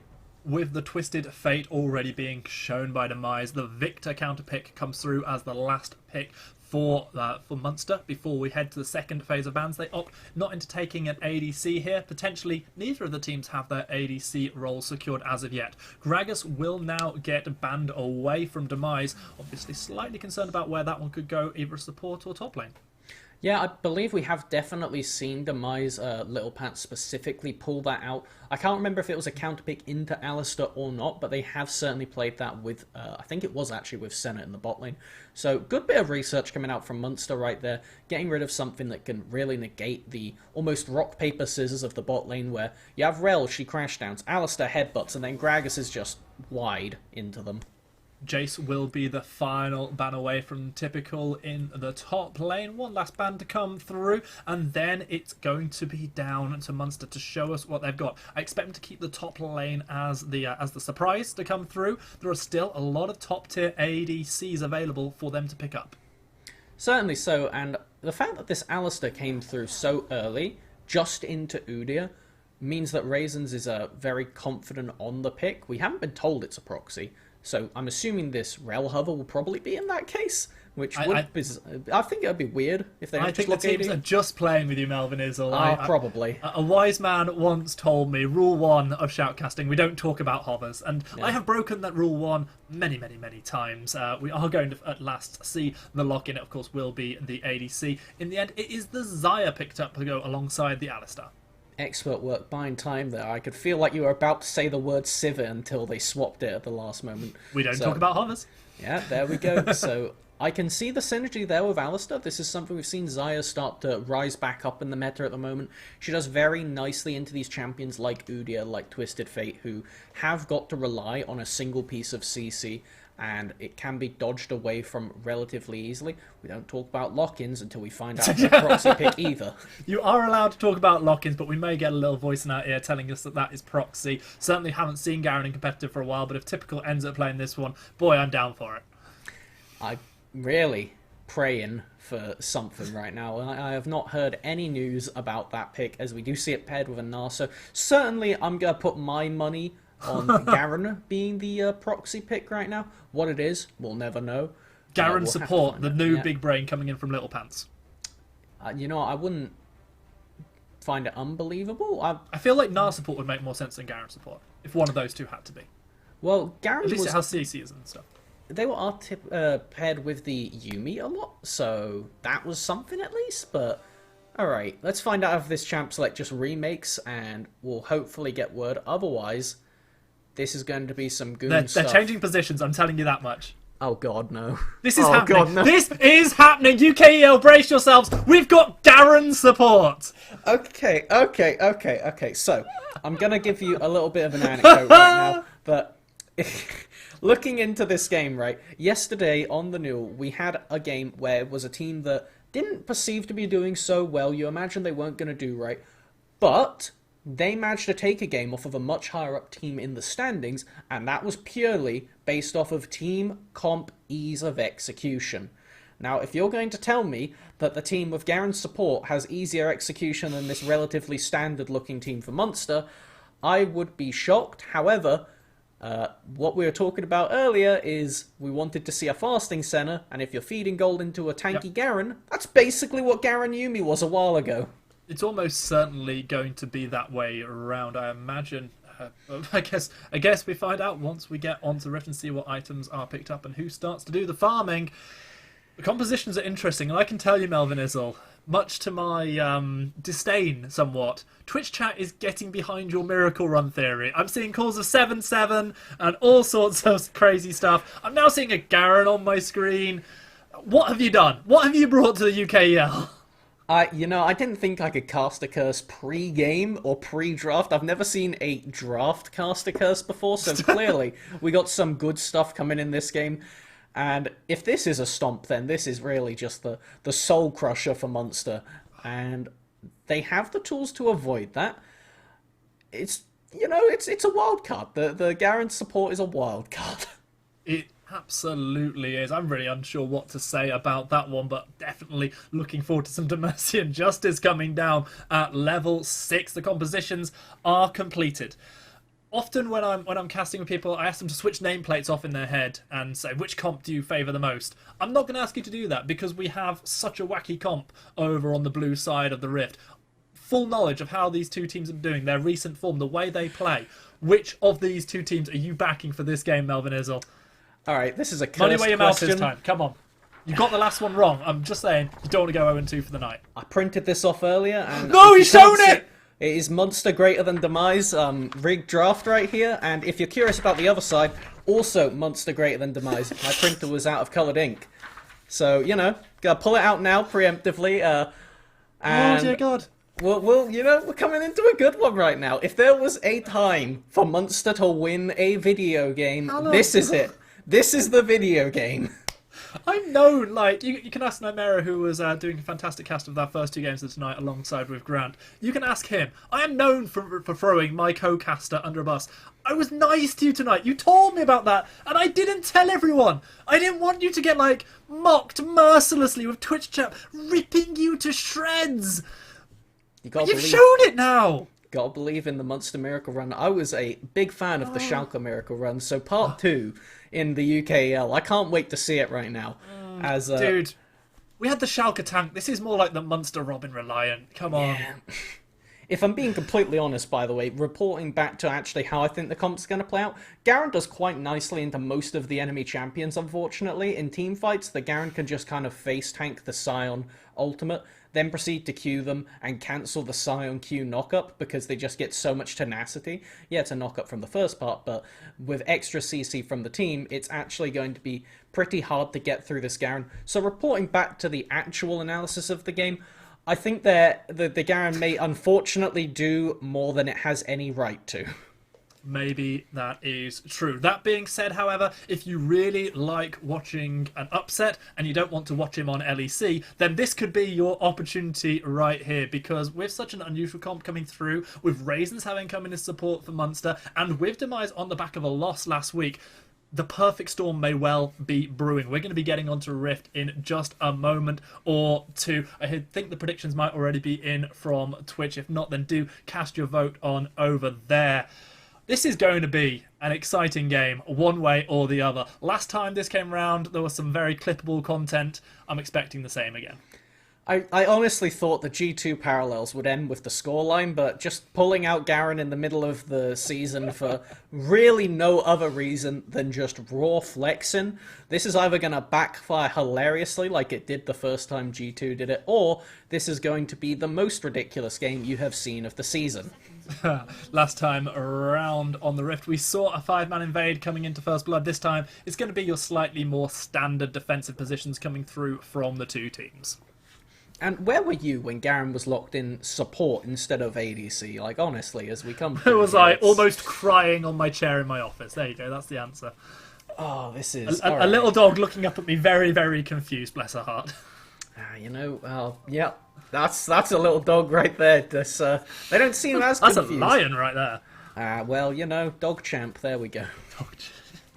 I was going to say, actually, if Yumi had been locked in, I would have had to put Hope down straight away, so she not like that, so that she wouldn't start barking at her.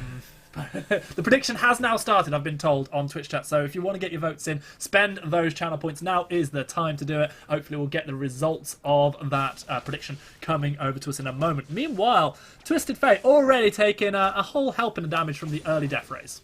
Yeah, certainly. So Polykov is one of the newer players to the Monster squad. At the moment, we saw their debut, I believe it was last week, and they had some unfortunate plays where they were a bit too far up and ended up getting picked off quite a lot. We'll have to see if, without the cleanse into this Twisted Fate, if that trend continues, or if they've gone back, workshopped it, got their first time nerves out of it, and they can actually start to be a bit more productive with this gaming.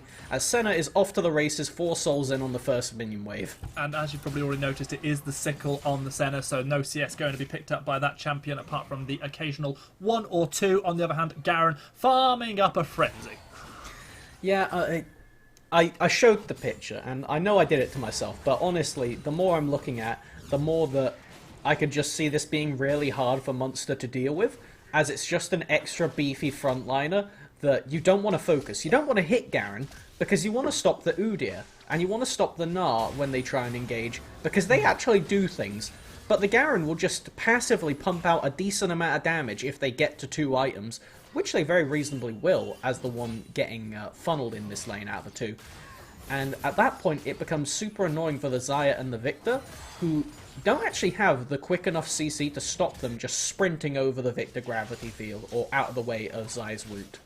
A quick look to my other screen, and I can see over 100,000 channel points have been put down onto Demise to take this game. 37,000 over to Munster, and I can tell you right now that Melvin Izzle will refund every single one of those to your account should the loss come through. Yeah, those watch points, I will happily refund it to you. Just keep watching, you know? Right now, a bit of market manipulation as Leon is just going to straight invade this Graves even, and with the level advantage, they just take away the blue buff. Goose is, well, just Goose is left. Yeah, Goose is left crying over to Maverick because there is no blue buff for the Graves this time round. Won't get that scuttle either, and I think Udyr will just be able to path all the way to the top side to take the double scuttle. Absolutely ideal for Manbear pick.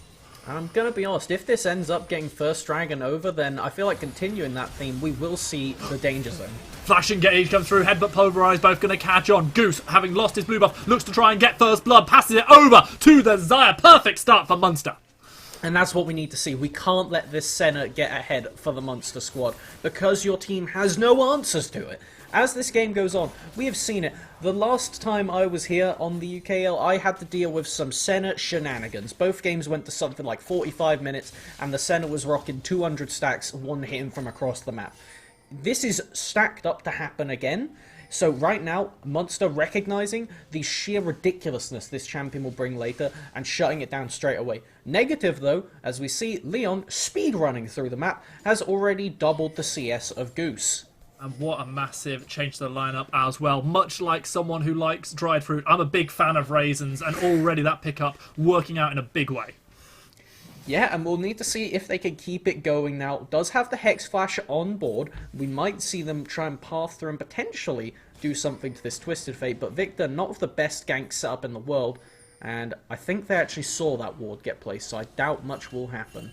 Raisins absolutely did, and will sweep it out straight away. The Alistair already coming up big on the early plays. We'll have the Hex Flash available. First dragon the game is up. It is an Infernal one, so no Infernal Rift this time around. And something to note is that because Leon has Ghost, and because they also have a Garen, is you really want deep vision for the Munster squad, because they're just going to be visible from so far away. If you have a ward in front of the dragon and in the tribush, there is next to no feasible way for either of those champions to make it to you in the bot lane surprising. I thought Raisins might be looking for the Hex Flash. We have got Leon waiting in the wings, lurking, maybe trying to find something. Hex Flash over the wall takes Raisins to safety. That was cheeky right there. That could have backfired quickly if that had been interrupted by the Garen, as Raisins would have been left, well, pretty much to death right there with how close Leon was. Does make it over the wall, so nothing much going to happen. And we see this this Udyr, level 6, 2-level gapping right now, Goose. Will we just see a repeat on the bot lane with the ward placed in that bush? I don't think so, because with the Hex Flash, you need that time to wind up, and both entrances that Graves and Raisins would take respectively are covered up, so unlikely to see action here. Feels like it would have to be a headbutt pulverize rather than the Hex Flash this time around. Goose yet again waiting, trying to make something happen. We are going to see the connection come through. Destiny straight up to the top side. It's going to be Gold Card connecting onto the Scion. 3 versus 1. They are not odds that Synapse likes. He tries to throw down the unstoppable onslaught. However, he's not able to find anything onto Leon. 1 kill up in the top lane for Demise. Really clean ultimate from Typical right there, stopping the Scion Q that would have kept Twisted Fate knocked up and expired the yellow card. So in the end, we see that it's going to be a trade across the map. Demise do make the superior map play using that level 6 instantly. But on the other end, Goose does manage to pick up first dragon, will be an Infernal. Not too bad. You have a couple champions that get some decent value off of that. Your 3 middle champions are going to be pretty pleased with it. But in the meantime, Leon strolling about the jungle a bit more. Yeah, stealing away those Krugs, finding an 18 CS advantage over his jungle opponent. Yes, there's an assist and that dragon over to the Graves, but Goose definitely having a bit of a rough time at the moment. You see that 1.2 thousand gold lead for Demise over Munster right now, despite giving away first blood. That's all on the back of these CS advantages. 14 CS in the top lane, that jungle diff we were just talking about, and even on the bottom side of the map, Garen CSing level with Xayah. Yeah, I want to see where Goose is going right now, because they're pathing into bot side with only Flying top south for the camps winter, I available. think. Yeah, I really don't know what they're playing at here, because unless they're planning on invading with Alistair, this just seems like a bit of a mistake, because they've just walked into their bot side only to Are they go back listening to to the you? top. I don't know, man. I mean, they probably just realised that they clicked on the wrong side of the map, because they pathed down there to no camps available. And regardless of if you know if Udyr stole the Krugs, you still want to go top and head into bot. Speaking of stealing things away, Herald is being started up by Leon, who is of course running Ghost on this Udyr, so no flash available. Is spotted out on vision. Raisins and Goose are lurking nearby, but there are 3 people surrounding this Herald. Can it be a 3v3 that is a brewing? I think it might be, as Raisins manages to dodge away from Theo, goes straight aggressive onto Karush, forces him back. Leon now trying to do what he can as we see the top laners joining the fray. The Herald will go lower and lower. Eventually it is secured, and it is going to be Leon who takes the kill, as well as the Herald. Basically a double win there for DMSA. Yeah, and as expected, when everybody's almost grouped around this objective, we even saw Fuyu actually enclose from the top lane. It just kind of collapses and goes everything wrong for Monster. They even get the Rift Herald still onto Leon, and I expect to see a pretty clean setup of this getting used. They can put this in any which lane they want to. Plate's still up. As long as the Rift Herald doesn't get left in inventory, it will get plate gold. It's really just who you want to funnel the resources onto, whether you want to start Fuyu farming now, or if you just want to accelerate Little Pants to their first item as this Garen, and then just kind of leave them. As you look at this, they're out CSing Sion, you have a second top laner. Yeah, basically, there's not a huge amount to say about that, and of course, you get an ADC as a result of all of the stacks and the range that will come through naturally for you, who's perhaps looking to catch onto Synapse, is going to throw out the root. Unstoppable Onslaught straight away comes in from Tanky Boy as he gets himself out to safety this time. Good ult was completely necessary, else they were dead in every which way, or would have at least had to burn the flash to escape. So, taking the shorter cooldown as the sacrifice right there, and they're going to return up to that top lane. Now, I'm gonna be honest, Munster are really struggling for ways out right now, because the reason that this Senna is so obnoxious when they go for this fasting build is you basically get an extra champion in your game. And the more ambitious you get with your lane partner, normally it's things like the Tahm Kench who actually do function as a support, but one of the reasons we saw set Wukong champions like this getting paired with them is you just effectively get a second laner. So as long as you pick a relatively low econ champion, typically a tank, you do end up getting a ridiculous amount of gain if you get through to that 2 item mark on the center that usually hits around the 25-30 minute mark, because you just effectively have an extra person. Alistar is never ever ever going to match the effectiveness of this Garen with regards to just stats, which means it is so much more emphasis on Raisins to make a big play. If they do not use the entirety of Alistar's kit to its peak, we're just going to see Little Pants eclipse them just by factor of being Garen and spinning to win and going burr. And it's going to be a Greyheart's Twitch chat comment of the day award going over to someone who's just said, this doesn't look good for MRG. I mean, look at Raisin CS in comparison to Little Pants. Meanwhile, it doesn't look good for a whole other reason as the massive Gnar wallop comes through. Fu finds himself a kill with the Dawning Shadow. Headbutt pulverized into turret range. Will find onto the Twisted Fate, but he throws the gold card straight back at Raisins, who now is left running for safety. Herald will be summoned in the mid lane. Loads of turret plates going over. We've already seen one go, and I'm pretty sure another two, maybe even three will happen. Raisins goes aggressive. He flashes himself into Trouble's way as he tries to find the kill, but going golden is the Udyr, staying alive by inches. It's going to be Synapse coming down trying to find something, but Udyr lives, and that was actually, of course, the Twisted Fate going golden and living by inches, but Udyr also surviving despite Goose's presence. The Herald takes down a few turret plates, and yet again DMSA come out on top. Aye, on top of all of that, I just want to throw it out there that Little Pants solo killed Keverman. Like, actually solo killed. There was no assist onto Fuyu there.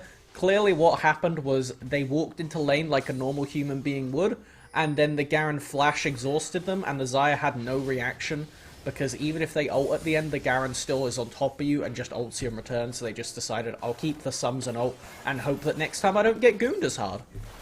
Monster Miracle Run might be trending, but they're going to need a bit of a miracle in this game with the way they're falling behind. They do take themselves a second dragon of the game, as we do see Leon walking straight into Raisins, who was lurking in the bush, but now Alistar trying to power himself out, might have to leave Xayah for dead. The Chilling Smite forcing the flash out of the ADC.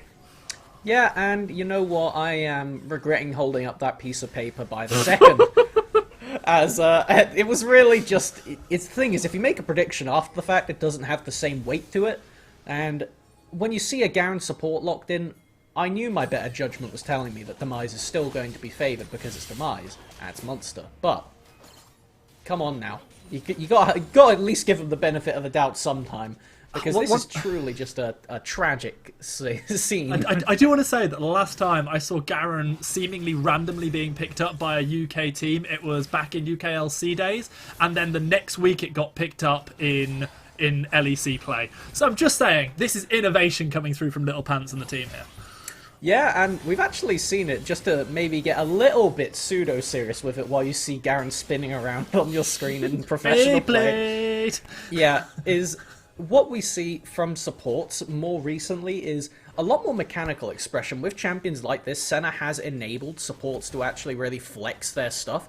Kaiser being the primary one from the LEC, Beryl, people like this who are actually just showing that, you know, just because you support doesn't mean you can't CS, you can't have mechanics. Look, right now, there's only one person in the game that Garen isn't out CSing on the enemy team.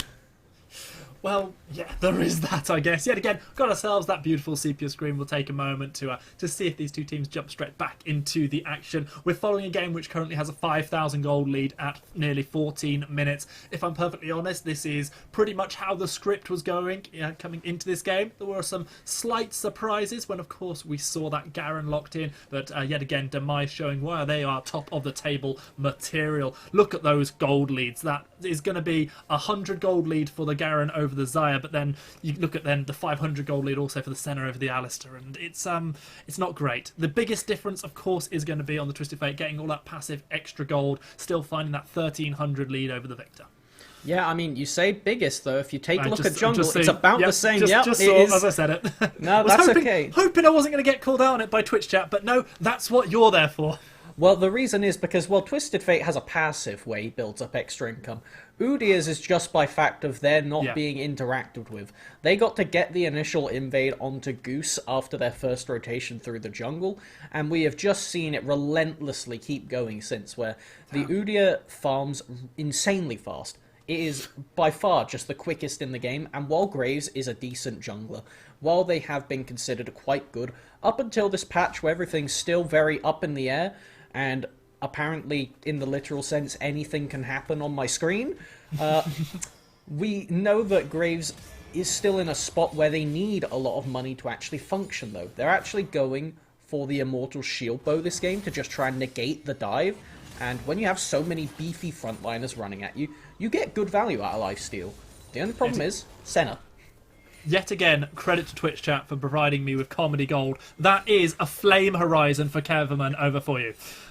Yeah, For you. yeah, it is. If you say it like that, you know, that's the silver lining. Because I was really hoping that when you were doing the gold run-through, that you were going to compare Keverman to Fuyu. Like, you know, most people would when you see two ADC players. But no, that's the thing to note, is when you're looking at it, it's really just the Garen you're looking at. And I think that is the Stride Breaker build off the top of my head. It definitely looks like it, and I would imagine so for this Garen. And that is going to be really oppressive.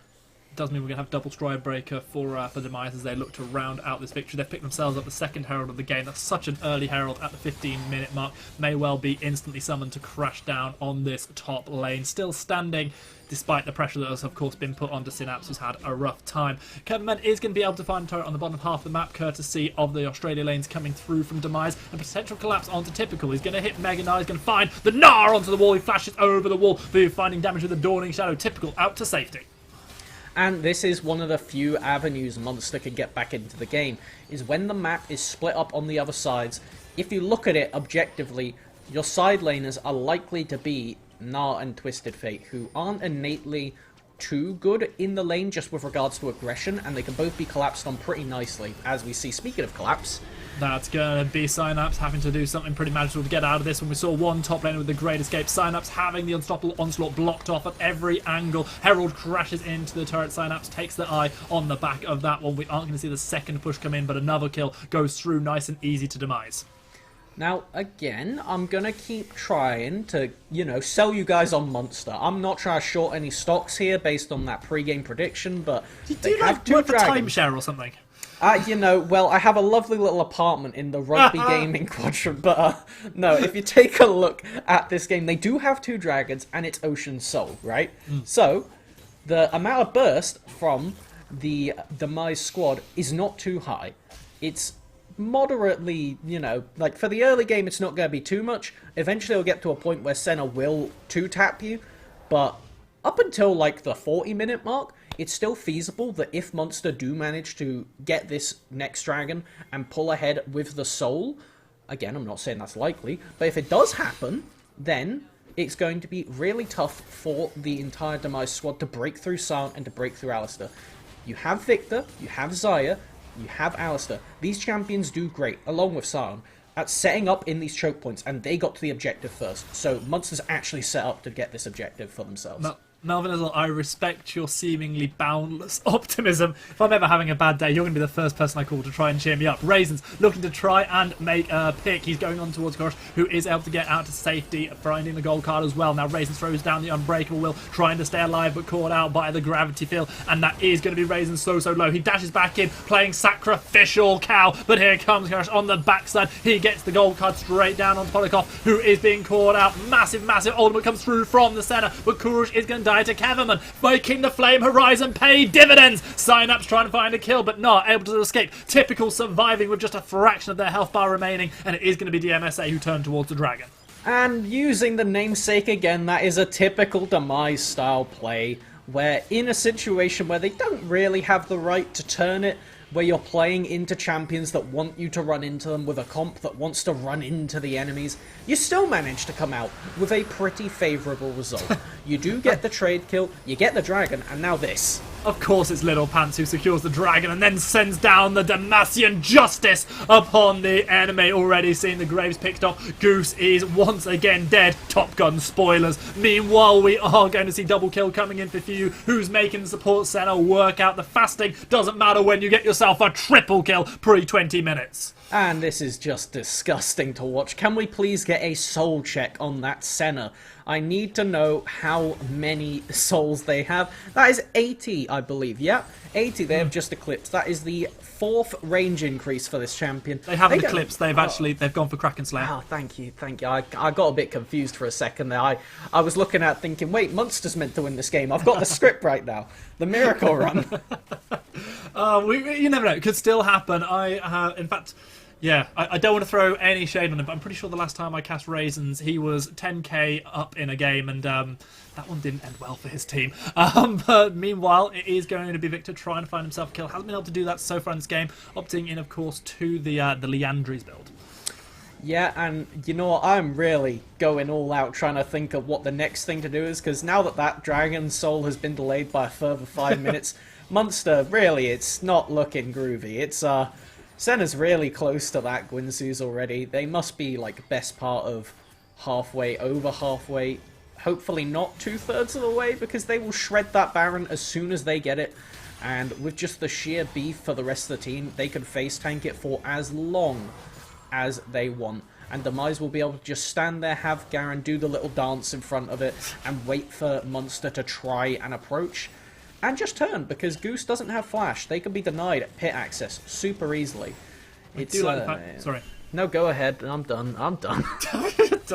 Oh, Melvin Izzle, my optimist is broken. I do respect the Munster quickly step forward, finding themselves some vision on towards the Baron, securing that scuttle, but they're going to see most of their wards cleared out very quickly. Control wards starting to be put down by Demise as they look to close this game out in what has been something of a convincing fashion so far.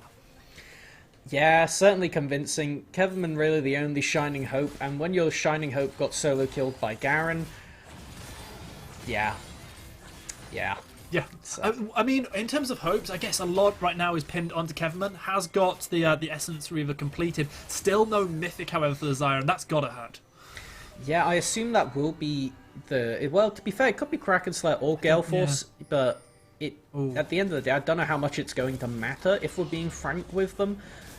As right now, it's just the case of you're holding Munster's hand, just telling them, it's okay, you're going to be fine. Demise is going to lose. They have Garen. You know it's okay. The Garen's at 1 item. Imagine having 30 CS at 21 minutes, but having 6 kills. That is the situation which Few is finding themselves in this time round. Fasting Center played to near perfection. We even saw a solo kill for the Garen as well. Another turret goes down. Demise putting their foot on the accelerator, looking to close out this win whenever they can. Destiny will just go straight to the mid lane to push in another wave. And it's really just a statement game for Demise at this point, where they were just... They've been playing a lot of limit tests where basically every game there's been something that you could tilt your head to the side and go, huh, that doesn't seem right. But they've really gone for it this time, where my head is going full 180 around, and I don't want it to work, but I can see why it works, and I can see that it is clearly working, and I really am running out of avenues to even attempt to sell you on the Munster squad, considering that there's a 10k gold lead for Demise. 5 towers up. They're only 1 dragon down, and this is not going to soul in any humane world that wants us to keep going, because this is they've gone for the Kraken Slayer on Kevman now at this point, so they do have the damage to shred They're through the committing front purely line, to trying to kill. but it's slow. It's real slow. Don't be so negative about Munster. I'm, there are still people out there believing on the Miracle Run. They still believe they might actually get those points. There are people who all end their channel points on this game, Melvin Izzle. Yeah, I'm really glad I didn't open Twitch on the other side, because I would have done it too. I would have done it too in this game, because you see it and you think, well, this is the win. If you win this, you win big, right? This is the go fast, go hard gamble, and frankly, we're just seeing Demise play with their food at this point, where they're just standing in front of the Baron, getting mid-prio. At this point, I think it's just waiting for Typical to get some side lane pressure, force Synapse to show. I assume they've got TP timers on that sound and know it's going to be up soon, but they have time to force this Baron right now if they want to. This is potentially the moment for them to go through. You're going to clear out the vision first of all. Another dragon has now spawned already. We do see Typical starting this one up and looking to potentially just solo it. Goose, even unaware this is happening, more concerned about Demise being on the other half of the map, thinking about the Baron, which also looks like it's going to get started. Well, when you're this far behind, you need every bit of gold on the map. But the collapse that's going to come through, Synapse has TP, but they've got the dragon for free. This is already a win for Demise. They don't need to do anything.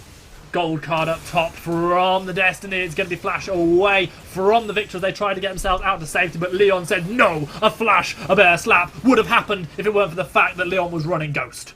And they're going to keep looping around the circle. Kurosh has the yellow card up, and they're just keeping it going.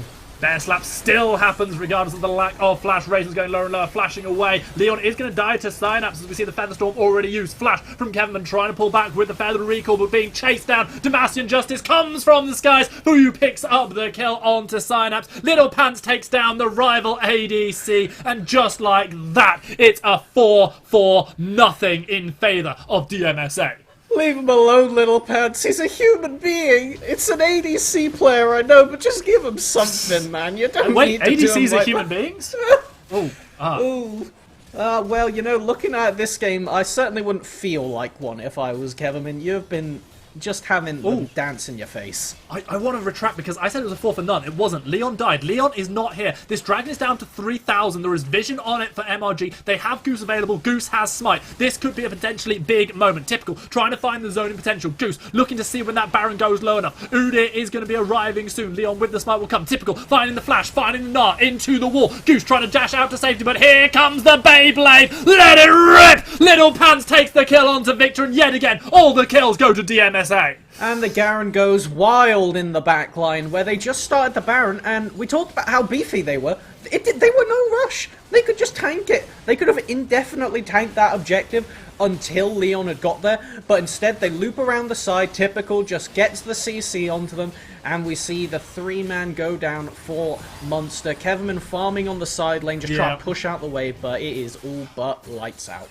Yeah, Kevin went down onto the bottom half of the map after respawning. Obviously, wasn't there for the fight. This is the classic thing I see in my solo queue players. This is why I say wasn't entirely sure that ADCs are human. Going down. Let's be honest, at this stage of the game, you say you need any of the gold that you can find, but when it then means, unfortunately, passing Baron over to the opposition, losing 4 kills or 3 kills in return for it, it's definitely not going to work out brilliantly. Credit, however, to Kevin, who does have the most CS in the game. Yeah, be careful though, that Garen's gonna sneak up on you if you're not paying attention. I know Senna's CSing now, but watch out, as Little Pants is definitely just a pseudo-assassin, out-CSing most members of the game for the Monster squad. And they're just gonna do a very clean siege here. If somebody steps out of position, prepare for Goon. Well, this could be the one. Destiny already channeled. Little Pants chasing down. Kevinman has been spotted out by Destiny, but the aggression goes instead onto Victor on the top side of the map. Now the push-in comes through. Baron empowered minions are going to crush into the top side, inhibitor turret. The question is there a chase down to be had? Fuyu finding damage, finding the kill onto Goose yet again. Graves not having had the happiest of times here as Fuyu tries to step away from Synapse. Meanwhile, in comes the Alistair trying to buy a little bit of time, but Kevin, the Xayah gets shut down. Double kill for Fuyu. 2, finds a triple, almost manages to find a quadra on the back of it as well. The ace is secured. Twisted Fate still pushing in on the top side of the map. The mid lane will come under pressure as well. There are super minions on to the Nexus. This is going to be the game. This is going to be 8-1 for Demise. The miracle run will not start here for Munster, as they are going to slip to 1-8. A cracking display from Demise. Garen, support. You saw it here first. Demise take the victory. And that is going to be the very slow, painful, dramatic end for Munster. They will not be tying Demise up at 7-7 in the standings, and that is a big F for the Miracle Can you turn that sheet upside down? Then it looks like you're a genius. No, it doesn't work. That's not how equations work. Hold on. Production, can you flip Melvin Izzle's screen? Hold on. I got this. A little bit of paper mache. Hold on. The arrow's always going to be pointing the wrong way, isn't it? No, not like this. Hold on. There we go. A little bit of paper mache fixes everything. As we do see that Demise was in fact always better than Munster. You had that it was the right result. all along. You were just baiting out the Twitch channel points from our viewers. I can't believe you'd do that to the Melvin Izzle. And I can't believe Demise would do that to Munster. Not in that fashion, not in that way. Absolute disgusting performance from our league leaders. You didn't have to do him like that. Got a family! Oh, dear. Alright, well, in all seriousness, Demise walk away happily Really? with the Seriousness on the back of that one? Alright, in all jovialness, Demise walk away with the win. Yeah, just get out the way, give the MVP over to Little Pants. Alright, they got the solo kill on the ADC. Yeah, you've had time in the sun. Now, just continue to do that against every other team, and then we'll all be sitting jolly and laughing when Demise just stroll on through and win worlds. Interesting question on the back of that one. Who would be your MVP for that game? Oh, it's definitely Little Pants, because it's illegal if I don't give it to them. I have to give it to them for the Garen support, because I would be flamed to no end if I did not, and you know what? They did earn it. They played the support well. They had an amazing bot lane performance with their ADC, if you could call them that when you're in that dynamic. Point being, they really showed their stuff, and I really hope to God I never see that again. Well, it's possible you never will, or it's possible that, we tune in and start to see Medic talking about it tomorrow. One question I do have, and it's been sort of bugging me for a while. In that situation where you're going to have the fasting center, you essentially, as you say, enable your team to have an extra carry, an extra champ in the game. Why, in God's name, would you pick Garen? Well, if you actually want to look at it, because of where it was picked, the enemy team has Victor and Xayah with Alistair Graves. Now, the Xayah Alistair doesn't really pressure it too much in the early laning, because the Garen is just always going to have the CC to escape a full combo from the pair of them. The CC reduction, along with the move speed to escape it. For the Victor, they can actually just sprint straight through the gravity field with the Q of removing the slow. So, in actual fact, it has decent backline access. Yes, it's denied by Alistair, but if you deny Alistair, then Udyr and Gnar get through, which means that you in net always win. You either have to deny the annoyance, or the annoyance kills you. Yeah. Callum, look at me, look straight in the eyes, straight here, and that tell one? me that, yep, that's the one, 150-something champs in the game, you would have chosen as your extra champion a Garen. Yes. There you go. We are ending this broadcast on a straight, barefaced lie from Melvin Izzle Isles. It has, of course, been an absolute pleasure to work with you, our opportunity to cast together. Instead of casting you, certainly was a fun one for me. It's been a real pleasure for me to come on the UKEL, and I hope you guys out there have enjoyed watching as well. Big thank you to Grant and Nymera for our earlier cast today, and to our production as well, who, as always, have been wonderful. Please make sure to tune in. I believe it's on Saturday at the same time, again, for yet more fantastic games in this wonderful tournament. However, for now, it is time to say goodbye. I've been Stanley Greyheart Barker. See you soon.